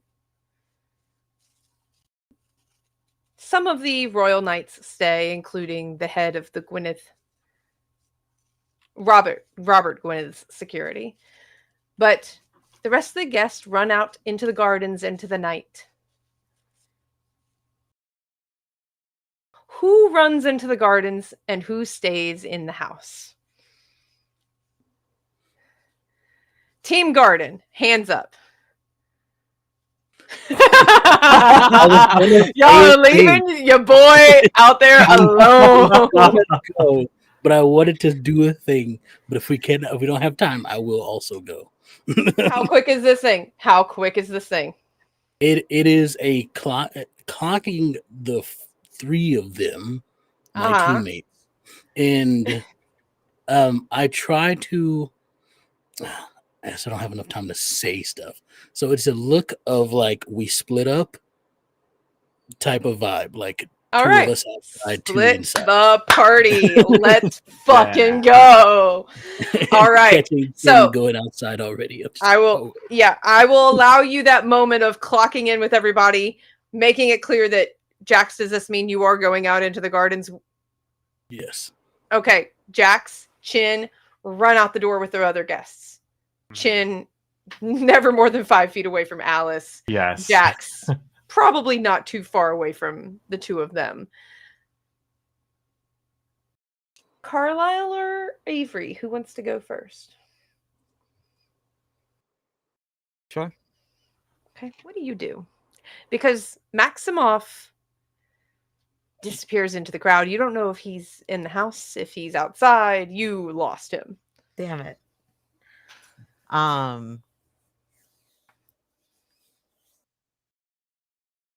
Avery, I just start to survey who's left. I'm going to start to assess the room of who's still here, who is wandering elsewhere from the ballroom, but like going inward into other rooms. Most everybody is staying in the ballroom. Nobody's really wandering off. They're all kind of migrating to the windows to watch, because servants are now in the gardens lighting torches as the crowd disperses to chase Mary Lwyd away. And, you know, the idea is they're only going to be out there for a few minutes, but it's an opportunity to, like, and you see like a second band is taking up on a terrace on the other side of this part of the garden, and the idea is that, you know, they're going to have a quick, one of the dances is going to be quickly outside, and then everybody's going to come in because it's fucking cold. So, you know, there's a strategy here of get everybody out while they're warm and running, dance, come back inside. So Okay. most everybody is moving to the windows to watch this frivolity. The only people I think you would clock leaving the ballroom and coming in and out are the very few Callaway servants that you have seen, and some of the knights, but you would know them on sight. You recognize these faces. So, Does anybody look like they're pointedly going against the crowd and the chaos?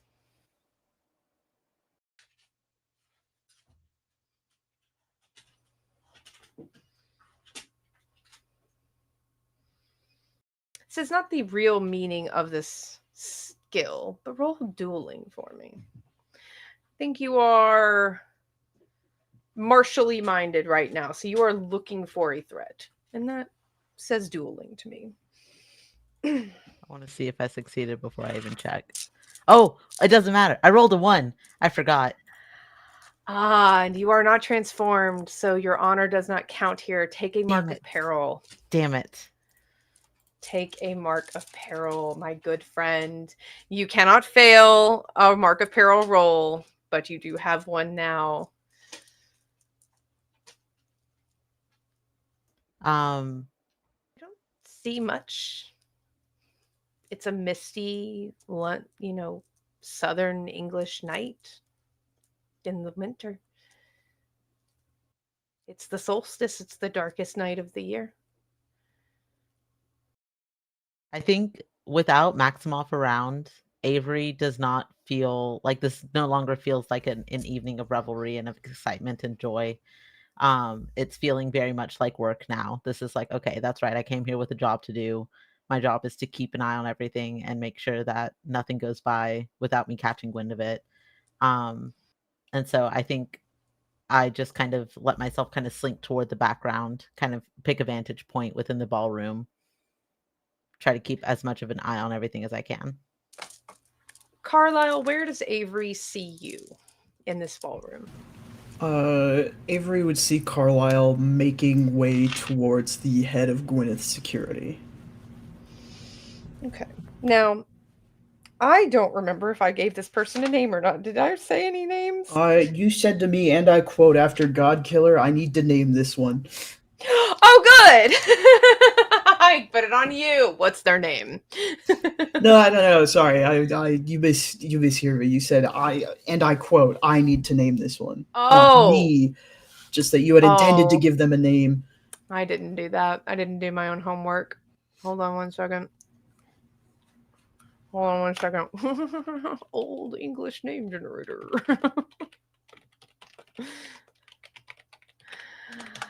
Let me see. God, there's a website for everything, y'all.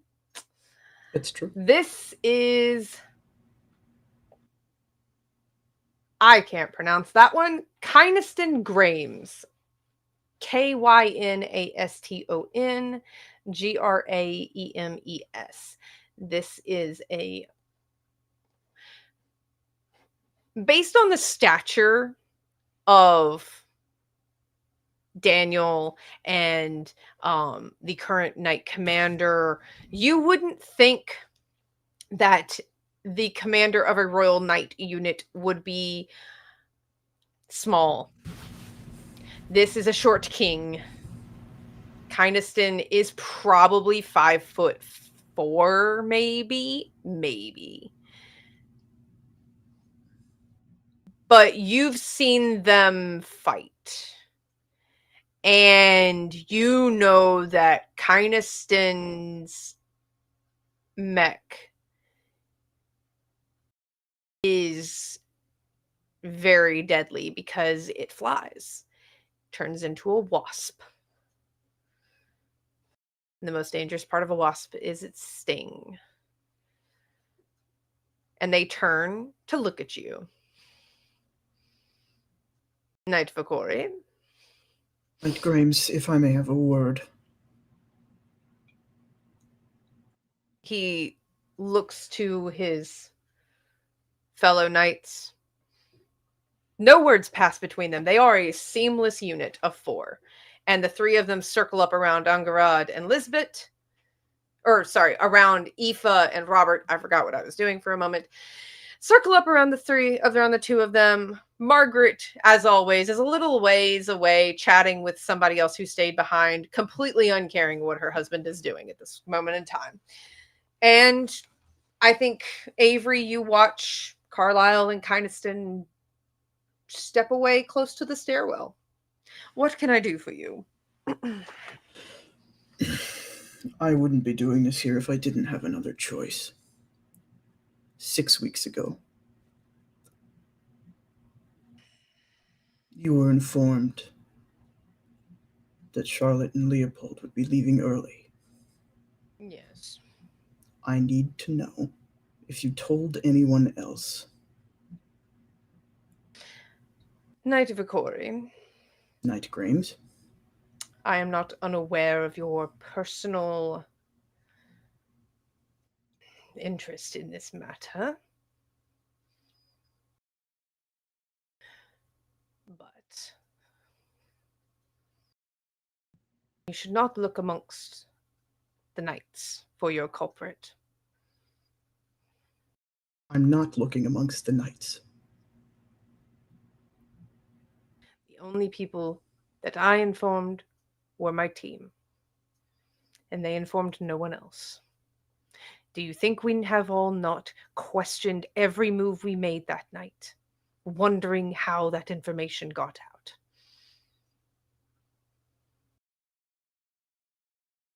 Only the family and the knights knew.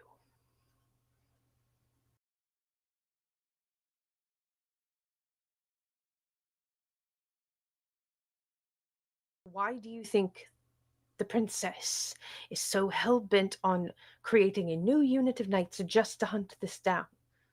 You think we were not interrogated? Do you think the Lady Aoife and Prince Robert and all of the other royal siblings were not interrogated on their every move that night? Do you not treading. think... Do you not think that I would not be a fool if I did not retread old ground? Stones go unturned. Information gets out, inexplicably. Perhaps, but it gets out. We were hired. You can keep talking, but you do see Kynaston looking around to see who's in the immediate vicinity. And there's probably a 8-10 foot bubble around the 2 of you.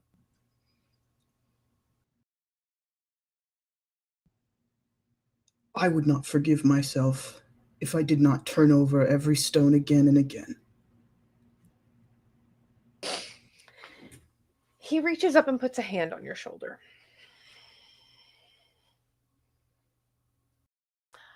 I remember the day you lost that eye.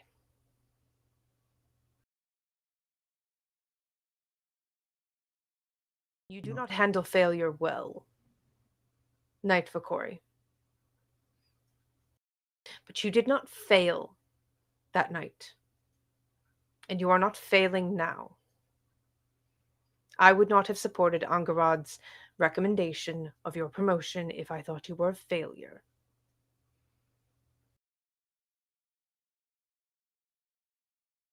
That boy in Scotland does not hate you. He is compelled. And I think, perhaps instead of retreading ground that you know people like myself and the former Knight Commander have tread over and over and over again, perhaps you should look at what other compulsions are lingering around this family.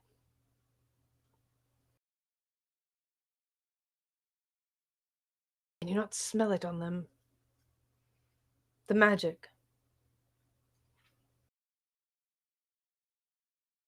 Trying my best not to. I'm going to cut there. To the garden, where everybody's chasing a man in a horse head. So, Alice leads you on a giggling merry chase into the darkness, into a hedge maze. Jax, are you following the two of them? Are you breaking off, doing your own thing? What are we doing here? Before they get into there, because I do clock it, and I'm like, oh, no. I'm going to run. I'll full sprint if I have to get in front of them, and stop and block their path really quick. And footwork from both of you. From both of you. Or did you say footwork? Yes, footwork. Okay. I succeeded. I also succeed. Okay. So you don't run into each other and topple into a hedge. I wanted the possibility. It was funny. Gotcha. Cool. And when I do get in front of them, I will immediately. I don't think I'm winded at all because I'm good like that. And then I will just say, "Excuse me, dear cousin." Cousins, like third cousins.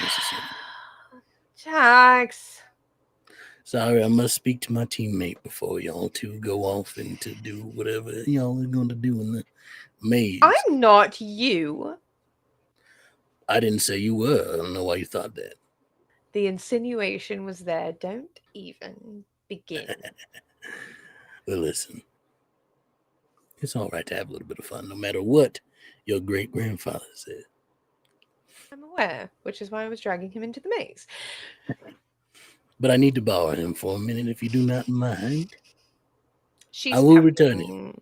She's pouting. There's pouting, and she just kind of fine. We won't be too crosses far. her arms and stands there like, I'm not moving. I'm staying in my spot until you return. Chin is winded. He's thankful that Jax has stopped them because he was trying to stop Alice all this time and he couldn't. I won't be long. I promise you. All right. Go.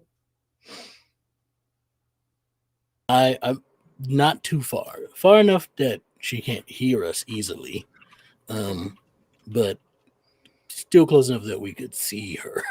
Definitely. Sure. But I will start off with, now, what are your intentions with my dear cousin? It's a joke. It's a joke. Just don't worry about it. I'm supposed to protect her, right? That's the mission. Yes, but I need to inform you on some stuff that has been found out, because I'm not sure if you've been of Carlisle. I spoke to the security. What about Carlisle? Nothing. Don't worry about it. All right. Anyway, you also gotta loosen up. I feel like everybody's so tense tonight. Although this might not help you, what I'm about to tell you. Anyway, I spoke to the security detail, Daniel. You know Daniel. Daniel's a nice guy. Full moon tonight. Anyway, they discovered and since I don't have it anymore, I will describe the Shadow King's coat of arms, I believe it was. They discovered. Chin, you recognize the description, yeah. Found a picture of that. So they're here. Well, it's possible. I was told that this was where the entertainment was going to lead to tonight. I didn't get a chance to tell the other two about it, although I did tell Carlisle, who I assume told Avery about the emblem. So just they have to know that we're going to be on high alert after what happened 6 weeks ago. But so I'm hesitant to say that they might try something, but honestly, when you least expect it is probably when you should most expect it.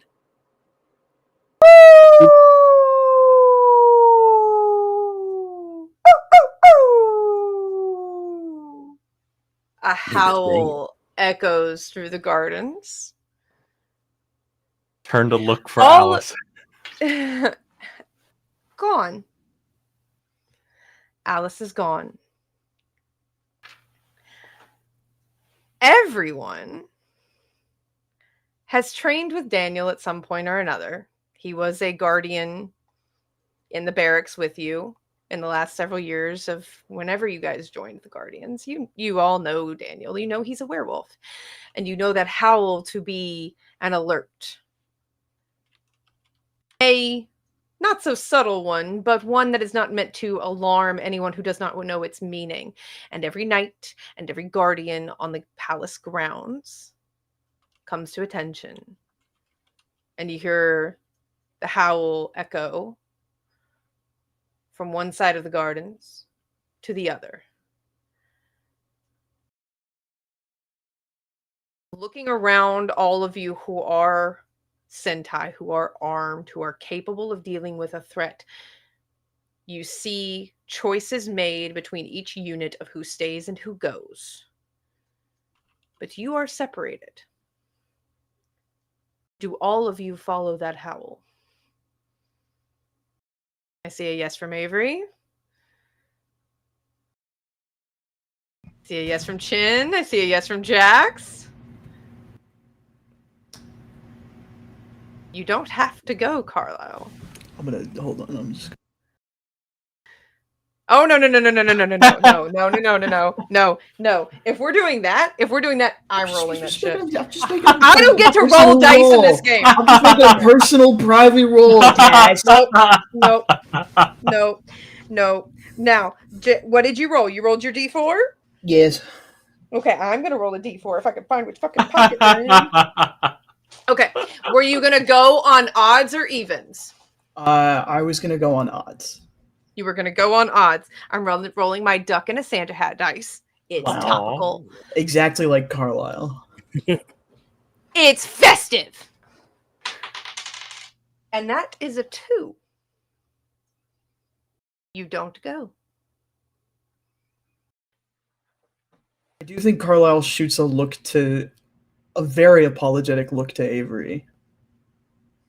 I don't think Avery notices. I think Avery's gone already. Fair enough. That's up to Avery, but I mean, I think that's a split-second decision. Avery made it already. Avery definitely took off as soon as they heard the howl. Okay. You do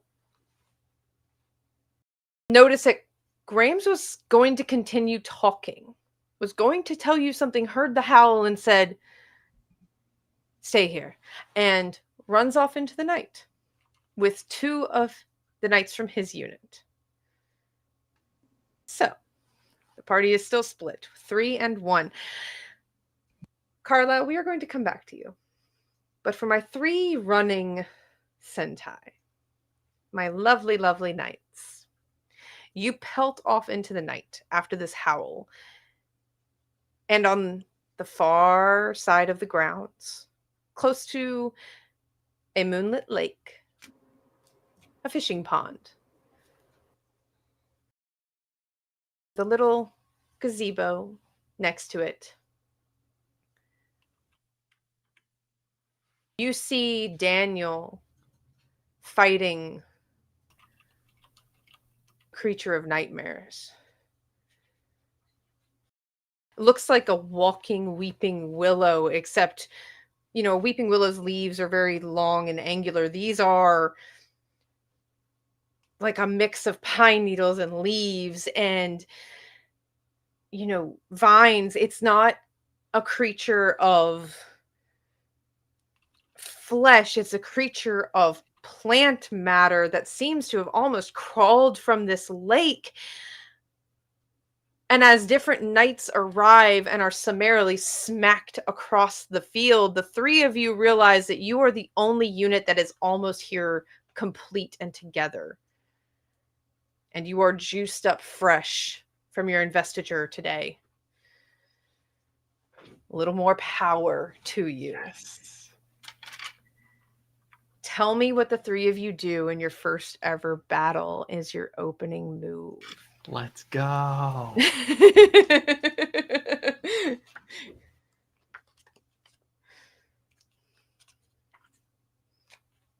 I need transformations, y'all. I need descriptions of transformation. If that wasn't clear, I believe it is on site as soon as the creature is in view. As I'm running, it's I gotta be wild here. So probably one of the other guards that probably like fell onto the hands and knees. I'm sorry, random guard. Sorry to that man. And Kiki Palmer voice. Going to take a step onto his back and leap off of him into a front flip. And because I had to be extra. And as I land, my ring floods the ground around me in fire. And in almost a perfect circle shoots up around me, and I, while encased in said fire, I say, "Wild purple, fire summer night," and my outfit, my ranger uniform, appears on me slowly but surely, and the ring turns into 2 brass knuckles that fit around my hands. And I leap into battle as the fire simmers down around me, leaving a perfect circle singe in the ground. Hell yeah. All right, the other two. I would like some descriptions from the two of you. Let's fucking go.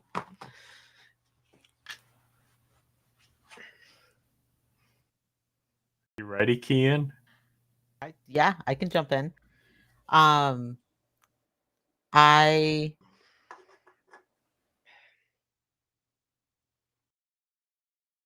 think Avery does the classic, like you run in and you freeze and you get into a fighting stance before you've transformed.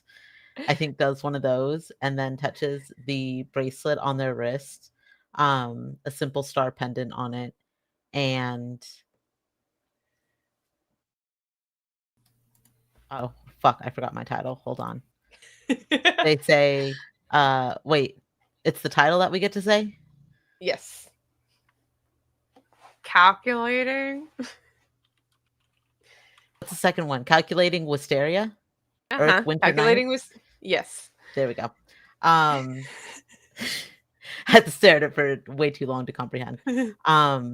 They touch the bracelet and their transformation starts from their wrist as their armor slowly starts to overcome their entire body.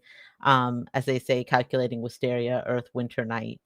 And their armor is jagged on the edges, in ways that are a little bit counterintuitive to who they are as a person. But it's a lot of sharp angles. They've got 2 tall ears at the top, sort of pointed forward. And they pull from their side that sort of oil slick barong blade, the leaf-shaped blade, twirl it once in their hand, and hold it at their side before running in, blade at the ready. Chin. All right. So Chin is going to, when he realizes the danger, he takes out the key, the brass key, and he's going to extend it forward and turn it, and you would see an outline of light appears before him, as well as a little knob at which he turned the key. He's going to turn that knob. And as he does, through the door that he's opening, you see wilderness. You see rocky cliff. And Chin steps through, and as he does, he starts to plummet through clouds down towards rocky outcroppings. But there are other birds in the sky, other birds that are flying around. And as he's falling, you see just like an initial look of panic, and then his eyes close serenely, calmly, remembering that in more than one occasion, he's had to take a leap and figure it out on the way down.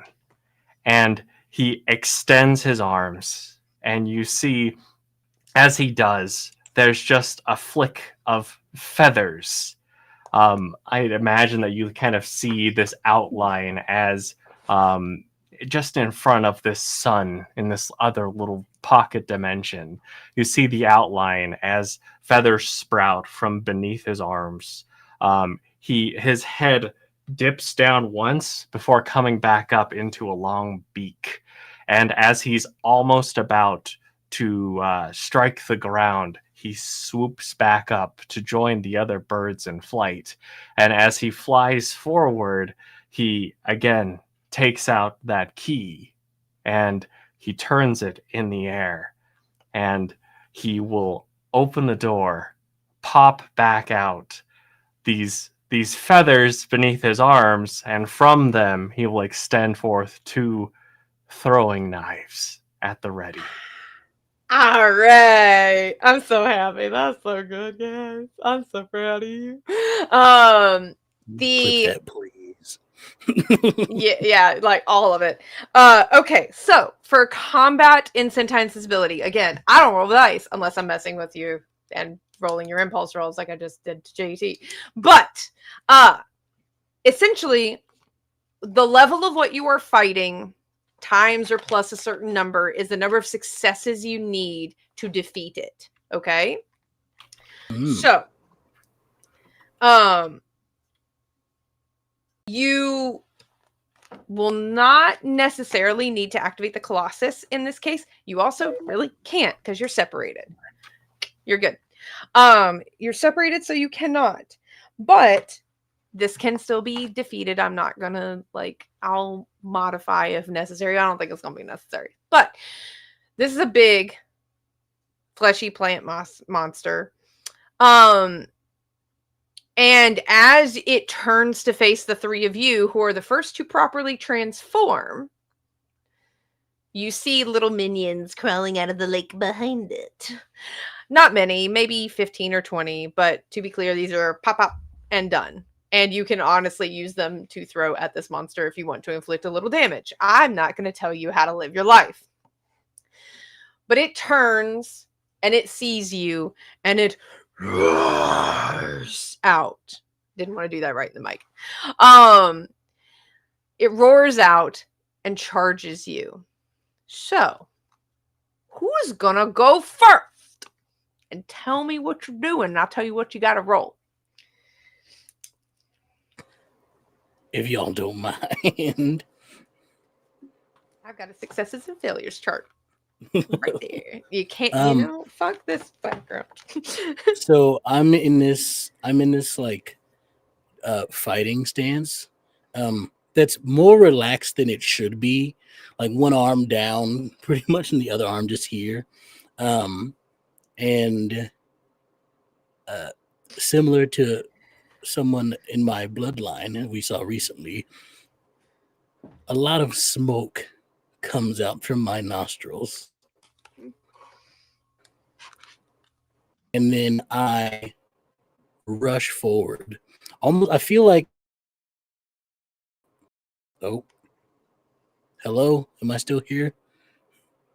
You're here. You're back. I didn't lose you, but I never lose to anybody when they're losing frame rate. So fair enough. So yeah, I stop me if this is too much, but I feel like there are like singe marks being left behind by my feet because I am barefoot. In this. And as I rush forward, I am going to try to attack them in a line if I can. And I'm going. It's a one of those like spin kicks, and then followed by an axe kick, and then followed by a punch to the stomach. This is what I'm trying to do. Only targeting minions? Are you only targeting minions, or are you targeting? Okay, you're not targeting the big monster yet.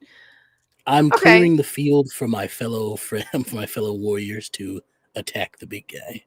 Okay, and in giving Zuko vibes here, I'm gonna have you roll dueling. Lovely. Thank you for this. This is who I am.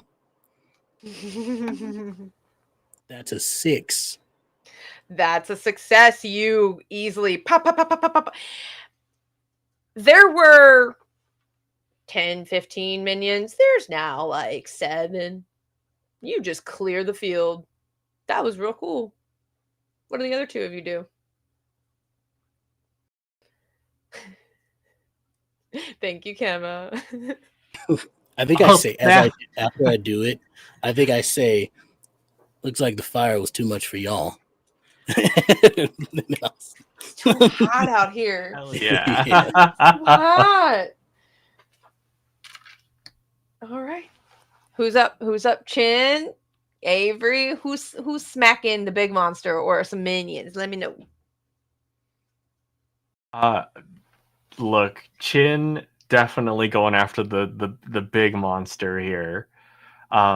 He's gonna be winding up those throwing knives and trying to aim first to like the heart of the thing, as he calls out, "Where is she?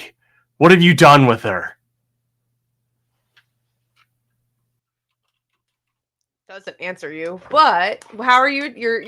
You're just yelling at it, or are you attacking? I'm throwing knives at the center of the thing, where Dueling. if regular body heart. Okay. Dueling, please. Okay. That was a satisfying 5. clank. That was a success. That was a loud clank, and I'm here for it. I'm sorry, I smashed my water bottle. It's so good. It's so good. I've had my worry beads in my hand all night, and I'm so like happy you guys haven't heard the absolute little atrocious clacking. Yeah, those knives. That is a success in the column of successes against the monster. You need a certain number more. I'm not going to tell you what that number is. That leaves an opening as this monster rips these knives out, and I assume they dissolve in its hand and return to you. Sure. Yeah. Okay. I would love that. I was ready to go get him. I mean, I feel like in this moment, it's narratively cool to be like, it rips these knives out of its chest and like starts to throw them and realizes that they're gone out of its hand, leaving a moment of confusion for Avery to step in. Let's go. Avery runs forward, blade in hand, holding it backwards, and I jump and I leap off of one of the minions and go to just drag my sword down across the front of it. A minion. No, the big guy. I'm leaping off of a minion. I'm utilizing a minion to get dueling. You're gonna take the minion out when you do this. That is a 6. That is a success. You dig your blade in, and this is your cursed blade. Yes.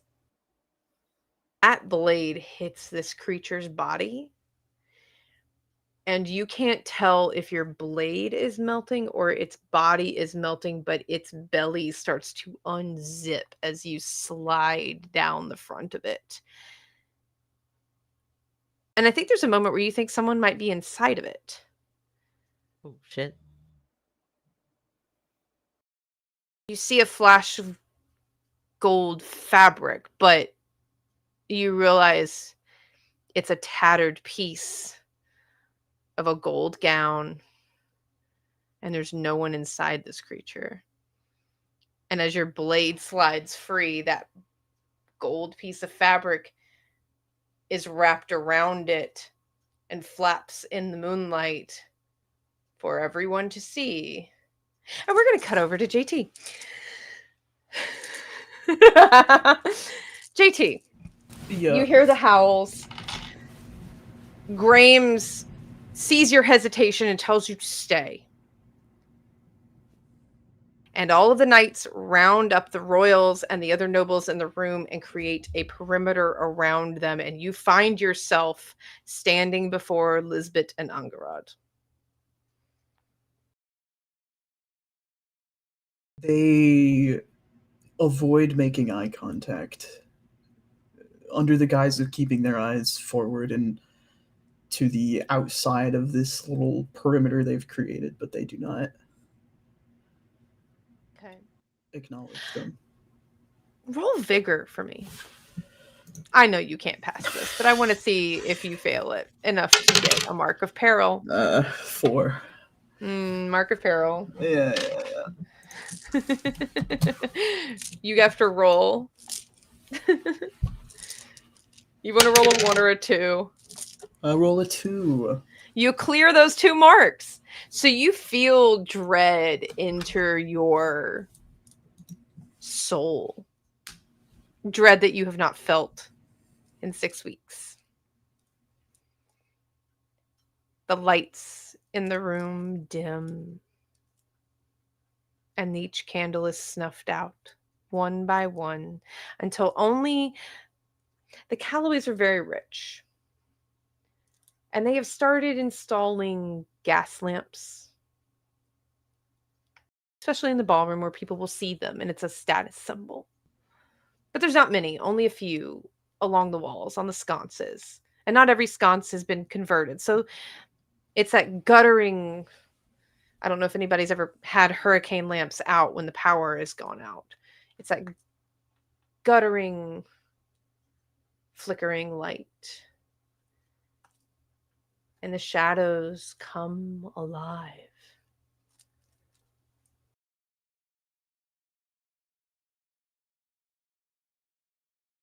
Angarad is the first to act, which you would expect of the former Knight Commander of the Royal Guards. Transform. And not only do they transform, they summon their mecha, grab Lwyd, and run.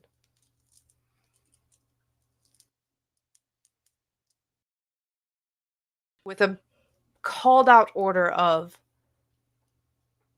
get everyone out.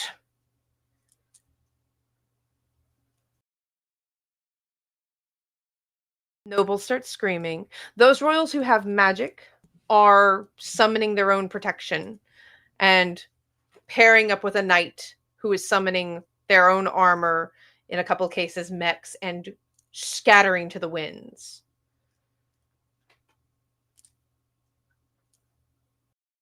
And soon,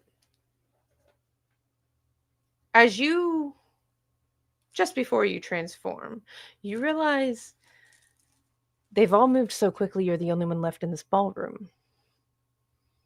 So as that sinks in, tell me how you transform.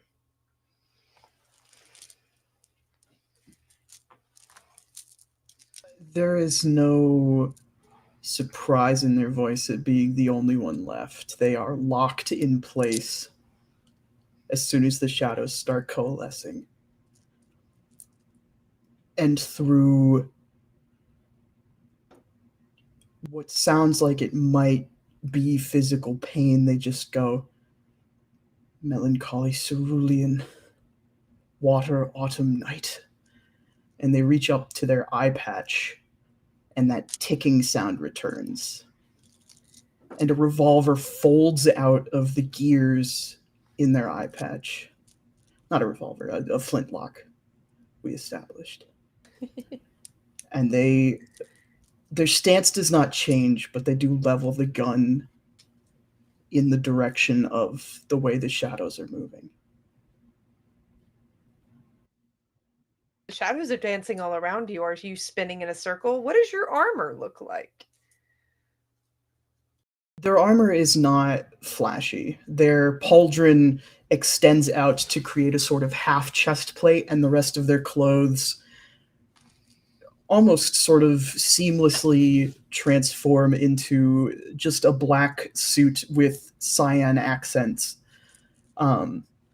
They have on their lapel a pin which has it's a little pointed flag pin that has cyan, wisteria, pyrite, and I'm sorry, Jax, remind me of your color again. Purple. Purple. The purple at the very bottom on the point. Just a tiny little flag pin. But their pauldron and their cape sort of flow out from behind them. They are, at this point, I think, frantically trying to pinpoint the origin of this creature. You don't have to wait very long. Stepping down the staircase behind you are heeled boots. And not heeled as in high heels, heeled as in, like, they have a thicker heel. There's a sound of metal on marble.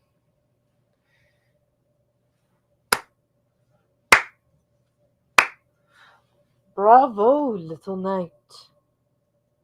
'Tis so good to see such bravery in the face of abject terror. You see, coming down the stairs, not the Shadow King, but a knight clad in armor that is so dark green it almost looks black, and it is in a leaf pattern. It almost looks like they are wearing a cape made of leaves that becomes form-fitting armor all the way down to their boots. A mask over their face. I wondered which one would be left behind. Thought it might be Caparus, given their curse. Why you? Why are you still standing here?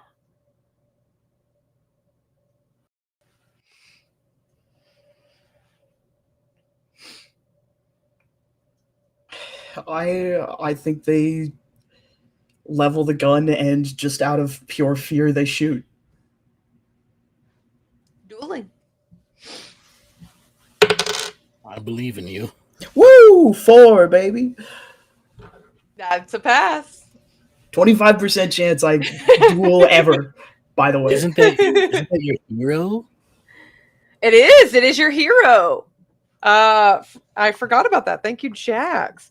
In this game, you get what is called a hero roll, and on your hero roll, if I can remember what that does, I put post-it notes. Does that tell me that I did something?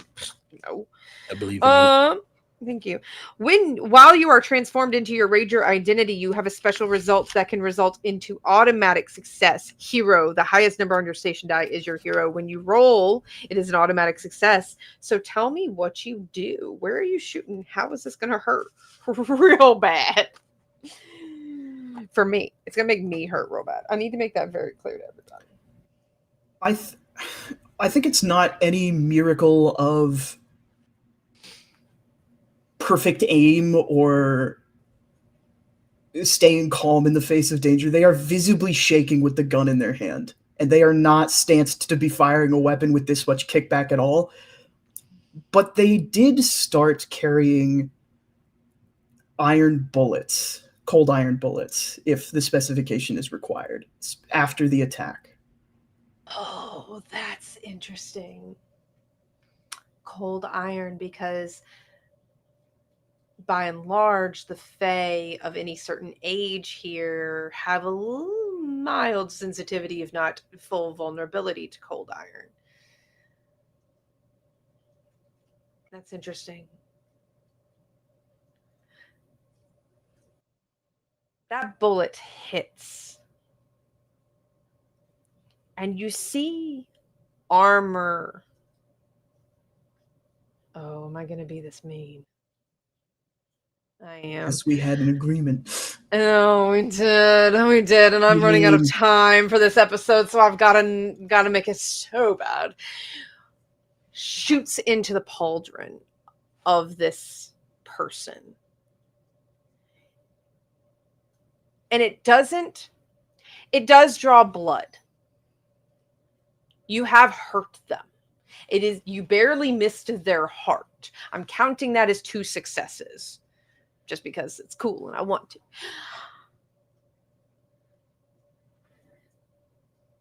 They disappear into the shadows.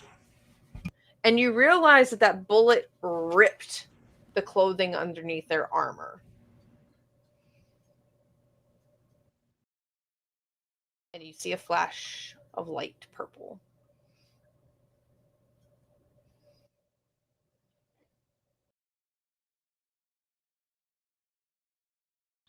There's only 2 people at the ball tonight who are wearing that color. We're going to cut back to the lake. How are you guys kicking the ass of my monster? What do we see? What is this thing that was pulled out of it? Well, you see, since all of you were watching her at one point or another in the evening, you see a scrap of Alice's gown ripped from the belly of this creature by Avery's blade.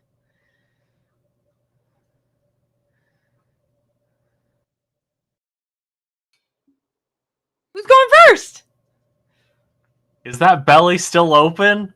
Yeah, you gonna crawl inside it? Yeah, hell yeah. In this case, this creature is, I don't know if you've ever been in a swamp and stepped in the mud. Yeah. Yeah, like I grew up literally next to a swamp, so like I was a swamp kid. I don't know who else was swamp kids. I was a swamp kid. Swamp mud reeks. I need you to make a vigor roll before you do whatever you're about to do. All right. You stink that bad. You might, upchuck before you get. Oh, that is a 3. That's a mark of peril, my friend. Oh my that is your God. second one of the evening. I have a petition to make. Since we have not gotten on who gets that juice. Can we say that Chin gets the juice? I'm gonna say that Chin gets the juice. Yes, you may roll. Okay, sweet. Yes, go ahead. Roll again. All right. That is a 2. Sorry, Juice. Oh no. Okay, so you fail. You are overwhelmed with the stench of this thing, but you can still attack. You're just going to have disadvantage. Okay. And the rules of disadvantage are you roll twice and both dice have to succeed for it to work. Okay. Right. And do I have to make a peril roll with my 2? You do. Okay. You do. You want to roll a 1 or a 2. Okay. Or you're out of the scene. I got a 1. Hey, you're fine, buddy. Keep going. All right. Okay. Yeah. He's struggling. He's struggling with the muck, but in his fury, he is holding these throwing daggers, and he is just trying to dig in, trying to find her, hoping that he's not she's too inside late. It. Hoping that she's inside it. Okay. Okay. Roll disadvantage. Roll. Both dice have to succeed. Dueling for me. Okay. They don't have to be the same number. They just both have to succeed. So I'm not sure. I did get my hero 6. I also got a 1 though. That's honor. You're transformed. Oh, okay. Okay. Holy fuck, you got your hero and your honor. Sick. Okay. Okay. For the spirit of the role, we are going to focus less on the hero and more on the honor side of it. Because you are about to vomit, but you are so furious that this creature might have stolen Alice from you that you just swallow it down and just and you succeed where you really shouldn't have succeeded, and you rip into this thing. You not finding Alice, I'm gonna call that a success. So you're doing Okay. good, guys. You're doing good, guys. You're doing pretty good, guys. Okay. Jax, Avery, what you doing, my friends? Okay. Okay, listen. I feel like I hear me out is about to happen. Yeah, hear me out. Hear me out. I'm going to look at Avery and say, "Where's Carlisle?" Oh, that's not my voice. Where's Carlisle? Inside. Shit. This is about the time I will say all three of you notice mechs flying back towards London away from the house. As if they are running from something. Stay here. Help out Shin. I'm gonna go check on Carlisle. And you let me know if I can do this, because I've been saying that I can do some stuff, and I don't know if it's within the realms of what I can do. So you tell me when to stop. But I am going to say, because I think the fact that it's fire now surprises Jax in a way, but he still uses it like it's water, because it used to be water for him, I feel. But it's weird that it's fire now. And so I will say something that I didn't used to say when I did this, but by Titania's flame. Oh. And then I will shoot out flames from the bottom of my feet and skate along the ground like it's you are going full faster. Zuko here, and I'm so here for it. My sweet baby boy Zuko. My favorite footwork. Lovely. I figured this was gonna be this. Come on, baby. That's a 5. Yeah.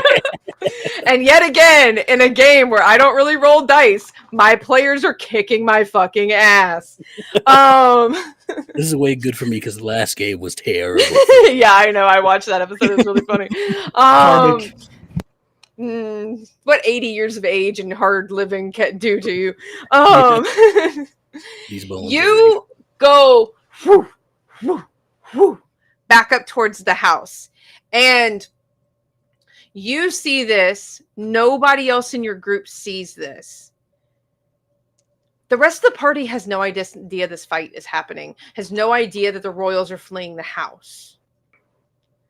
The rest of the party is still happening out on that terrace. As you go zipping by, I think you instinctually dim your flames when you get to the crowd so as not to incite a panic. And it's just like you're skating on little balls of blue embers as you go by and see Daniel and the other Callaway Knights are zipping the party up and keeping them outside and casting magic to keep people warm and happy and distracted while they are eyes out to keep whatever's going on by the lake and what's going on by the house inside that ballroom away from the innocent people standing here. The Duke and Duchess are just staring at their ballroom, ignoring everything else. And you go zipping by, but you see coming out of the hedge maze towards the terrace, Maximov carrying an unconscious Alice to the terrace. So you know where Alice is and you know where Maximov is. But you are heading back towards the ballroom with Carlisle. Avery, we're going to go to you and then we're going to cut back to the ballroom because I want to see if we can defeat this monster pretty quick because we're running out of time. Kill it. Yes, that is the plan. I spin my blade around and sort of run in a circle along it and drag my blade along its side as I do. And I'll say because I really want this to work, advantage. Because I have to succeed on both. Chin being Angie made this work. Advantage, I believe you just have to succeed on one. That's double 8s on my D8. I said dueling, didn't I? You did. But that is your hero. So you double Yes. hero this thing. Tell me how you kill it. Let's go. Normally, I do want to be clear. Normally, if you were not transformed, that would have been a failure. I would have been really sad about it. I drag my blade along its side as I'm running past, and then I stand back to back against it and spin my blade around and stab behind me and stab it in the back. Beautiful. It disintegrates between the dual blade attacks of Chin and Avery, and the minions melt back into so much pond sludge. The ballroom. Carlisle, make a footwork roll. Aye, aye, Captain. That is a 3 on the die, which is just barely a success in the eyes of footwork. It is, and that's all you needed, because the figure melts out of the shadows behind you, and whispers in your ear and like tries to drag a blade across your throat as it does, and whispers in your ear, "Why are you here alone? Again, Decory?" And as you dodge out of the way is when Jax busts into this ballroom. Can I attack him You can immediately? attack him. You can immediately attack. As I'm skating, the flames shoot up to propel me upward just a little bit more than they usually would, and it's a 1-2 kick to the face. They call me Jax Walk 'em down LaFay, and I'm gonna walk on him for real. Yes! Delightful. Okay, I'm giving you advantage for that. That's funny. I enjoyed that. Oh yeah, that's I gotta use one. Dueling, just to be clear. Yeah, I figured. I figured. Oh. That's a 2 and a 1. Oh, buddy, that's a mark of peril roll. How many marks do you have right now? I have 1. Well, didn't you get one earlier? Yeah. So now I have 2. So you have 2 now. So you have to roll a 1 or a 2. Everything will be fine. Everything's gonna be fine. Yeah. That's a 2. Let's go! Oh, all right. Goodness. God damn it, guys! I wanted you to. I wanted somebody to get the fucking papers. I wanted it so bad as well. Okay. Kimma has provided juice. Kimma, please tell us in the chat who the juice is going to. But you walk on down. Tell me how you walk on down and get them out of Carlisle's face. Since I think the attack probably doesn't do anything, but I think it does at least enough to distract so that Carlisle can get to a safe distance away if they need to. And as I land, I will say, they're not alone, you piece of shit. Oh, heartwarming teamwork moment. This figure hits the floor. Armor burning away from that injury to its shoulder already. And you realize that it wasn't a person inside. It was a figure made of wax, wearing Dr. Maximov's jacket. Jax, you did not see Maximov wearing his jacket as he was running out of the maze with Alice, and his shirt was torn. And where his shirt was torn, the jacket is also torn. And as it melts away from your flames beneath your feet, You guys hit exactly the number of successes that you needed to defeat both creatures. Alice. So, We have to go check on Alice. any last words from Chin and Avery? Chin, not knowing where Alice is just frantically digging through the melted mush piles of the monster and the minions. Just like, you've got to be here. I can't lose you. Chin, she's not here. She's got to be. I saw her dress. It was just a part of the dress. Come on. She's got to be somewhere else. We'll go find her. That's where we're going to end tonight's episode. Hi, guys! What You a did blast. it! You are evil, and I love it. Hell yeah. And y'all, just remember, that was your first fight. We got, like, a few more fights to have. Yeah. It's only So, gonna get worse. it's only going to get worse from here. I can actually confirm that one. So, next episode, we will be picking up several months past this moment, 4 months to be exact, on April 14th, in the weeks leading up to the Ostara Ball. So, my players will have some time to think about their consequences of their actions tonight.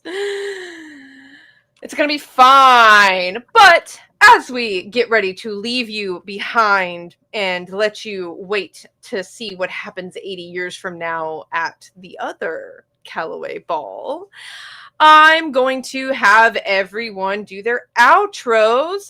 Who went last? Was that JT or Ian? Me again. It was you. You're going to go first. Tell them where they can find you, JK. I'm JT. You can find me all over the internet at WeebG. You can also find me all over the internet at Entropy Emporium, because that's my channel, technically. This week, you can find me maybe on Thursday for God Complex, our Girl by Moonlight, Neon Genesis Evangelion Pacific Rim inspired apocalypse campaign that is very cool and awesome. I also play a kind of sad guy over there, but they're doing some work. They're doing some work this time. They're not so sad anymore because they have ideas. You could otherwise find me back here in 2 weeks, and you might be able to see me in some stuff over on HSC very soon. As for projects that I am very excited about, you can catch Star Shard not this weekend, but 2 weekends from now. Saturday I have to look at the date because I'm blind. Saturday the 30th, we will be back with episode 2 of Star Shard, chapter 2 of our shonen-themed actual play using the Dawn RPG system on Entropy Emporium. It's very exciting and cool. But that's all for me. I'm going to popcorn it back to Kian, who I think went before me. Hello, everybody. My name is Kian. I use any and all pronouns. You can find me on the interwebs at uptight_chiffon, uptight-chiffon, depending on where you're hanging out. When I am not here on Tuesdays, I am over on Entropy Emporium for They Call Us Villains, our Horror Masks actual play. That is the only other game that I can plug right now because everything else that I'm in is still in production. I can't talk about it yet. So follow me on social media, uptight_chiffon, uptight-chiffon. I don't know which website you're on. I don't know where I post about it, but follow me on social media. That is where you'll hear about whatever I'm doing next first. And I will popcorn it back over to Matt. Oh, thank you. Hold on 1 second. Did Oh. we lose stream or is that just me? I'm still seeing stream. Okay, I'm good. still seeing it up there, yeah. Okay, mine just went no, and I was like, ah! I appreciate it. I'm Matt, he, him pronouns. You can find me everywhere as Improv and RPG.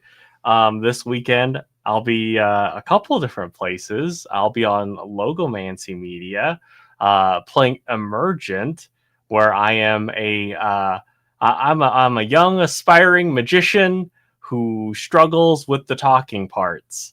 And then on Sunday, I'll be over at Altered Echo Archives, where I'm playing a very Sun Wukong inspired character in the Cipher system, who has taken some big risks and was finally able to do what he's supposed to do. But y'all can find me there, and I will pass it over to X. That is I believe. Who knows who I truly am? It's me, I'm Mixtel. Hey, everybody, you can find me at Extra the King on the socials. I'm the social media manager here at Tales from the Table Studios. There's a lot of stuff going on, and it's a lot of stuff to keep track of that I can't talk about, much like Kean, because it's under wraps. It's still going through. But what I can talk about is first Sundered Skies, which is on here that I run, which Cass is a player at. Which you can find every other Sunday, not this Sunday coming up, but the Sunday after, which I don't know what day that is, but it's not this upcoming one. At 10 a.m. Pacific, 1 p.m. Eastern. You can catch me on this Friday. You can catch me running the Anarch table for Sanguine Scourge on Don't Kill My Character. They got into some wild stuff. One of them got shot in the head with a sniper rifle. They're okay, though. They're kindred. It's fine. It's okay. Just going to have to wear a hat for a few days. You could catch me in many other places. I got a lot of stuff going on. Just follow me on socials. Big thing is you can hire me to run games for you and start playing. I have games available now. And you can also, just like, what's the word I'm looking for? You can also hit me up to run customized games for you. My laptop is going out, so I do have something up on my throne. Am I being told to shush? No, and you need to reach out. Oh, gotcha. The video ninja chat. Oh. There's also, before I give, I'll finish saying what I was saying here, and then I'll say this. There's something up on my throne for a new PC to help me play games better, because my laptop at the moment is not doing too well. Held up tonight somewhat, but I'm worried that it's going out. So, you can help me through there, or by signing up for my games to help me figure that out also. Also, something I forgot to say earlier is that Friday is game night on the server. So come on by. I'm going to play some Jackbox, I believe. I won't be there, unfortunately. But I hope you have a lot of fun, even without me, because everybody else is going to be there, and it's going to be a good time. So you should come by. And I believe Monday is movie night. I think it is. Yeah. Maybe? Yeah. Okay. Are we rating anybody, Ryan?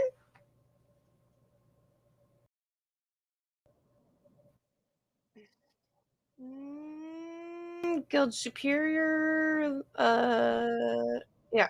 Okay. Guild Superior's up.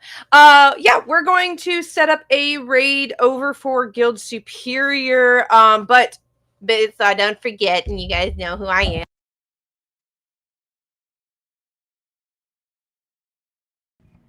I think you muted. Yeah, guys, your audio is gone.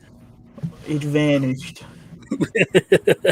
I hit the button when I was moving my mic. I don't know what you heard. Nothing. Nah! I'm Cass, also known as Yoda Almighty. I may or may not post on Blue Sky. I forget to do that a lot, but I am on Discord. I am in the server. You can follow me around different places. You can see me with JT over for God Complex, hopefully on Thursday. We shall see. If not, you can catch me next Wednesday for Star Trek Gallant over on Live from the Apocalypse. We just left our Klingon era, and we don't know what Britain's going to do to us next. It's fine. And then on Thursday next week is Redacted, JD's haunted house game. The Ghosts Are Loose. That's all I'm going to say is the Ghosts Are Loose. And I'm, as X said, in Sundered Skies, the next game is on the 24th. We did not play this last Sunday because I have started getting over COVID, and I was very much Audi 5000. So yeah, you will also see Table 2 of this game. Not this Friday, which is game night, but next Friday night. And there also a schedule, I think, went up on Blue Sky earlier today for the server for movie nights and game nights and everything. So please check that out. I'm reading my bullet points like a good person. I did my outro, and I'm going to tell you to always remember to tell your tales. And we're going to go raid Guild Superior. Stick around. Throw a hello in chat from them. Good night, everybody. Say good night. Damn it! We're not going to Guild Superior. They just went offline. We'll figure it out. Stick around. But my players need to say goodbye. And then they can yell at me. Bye. Bye.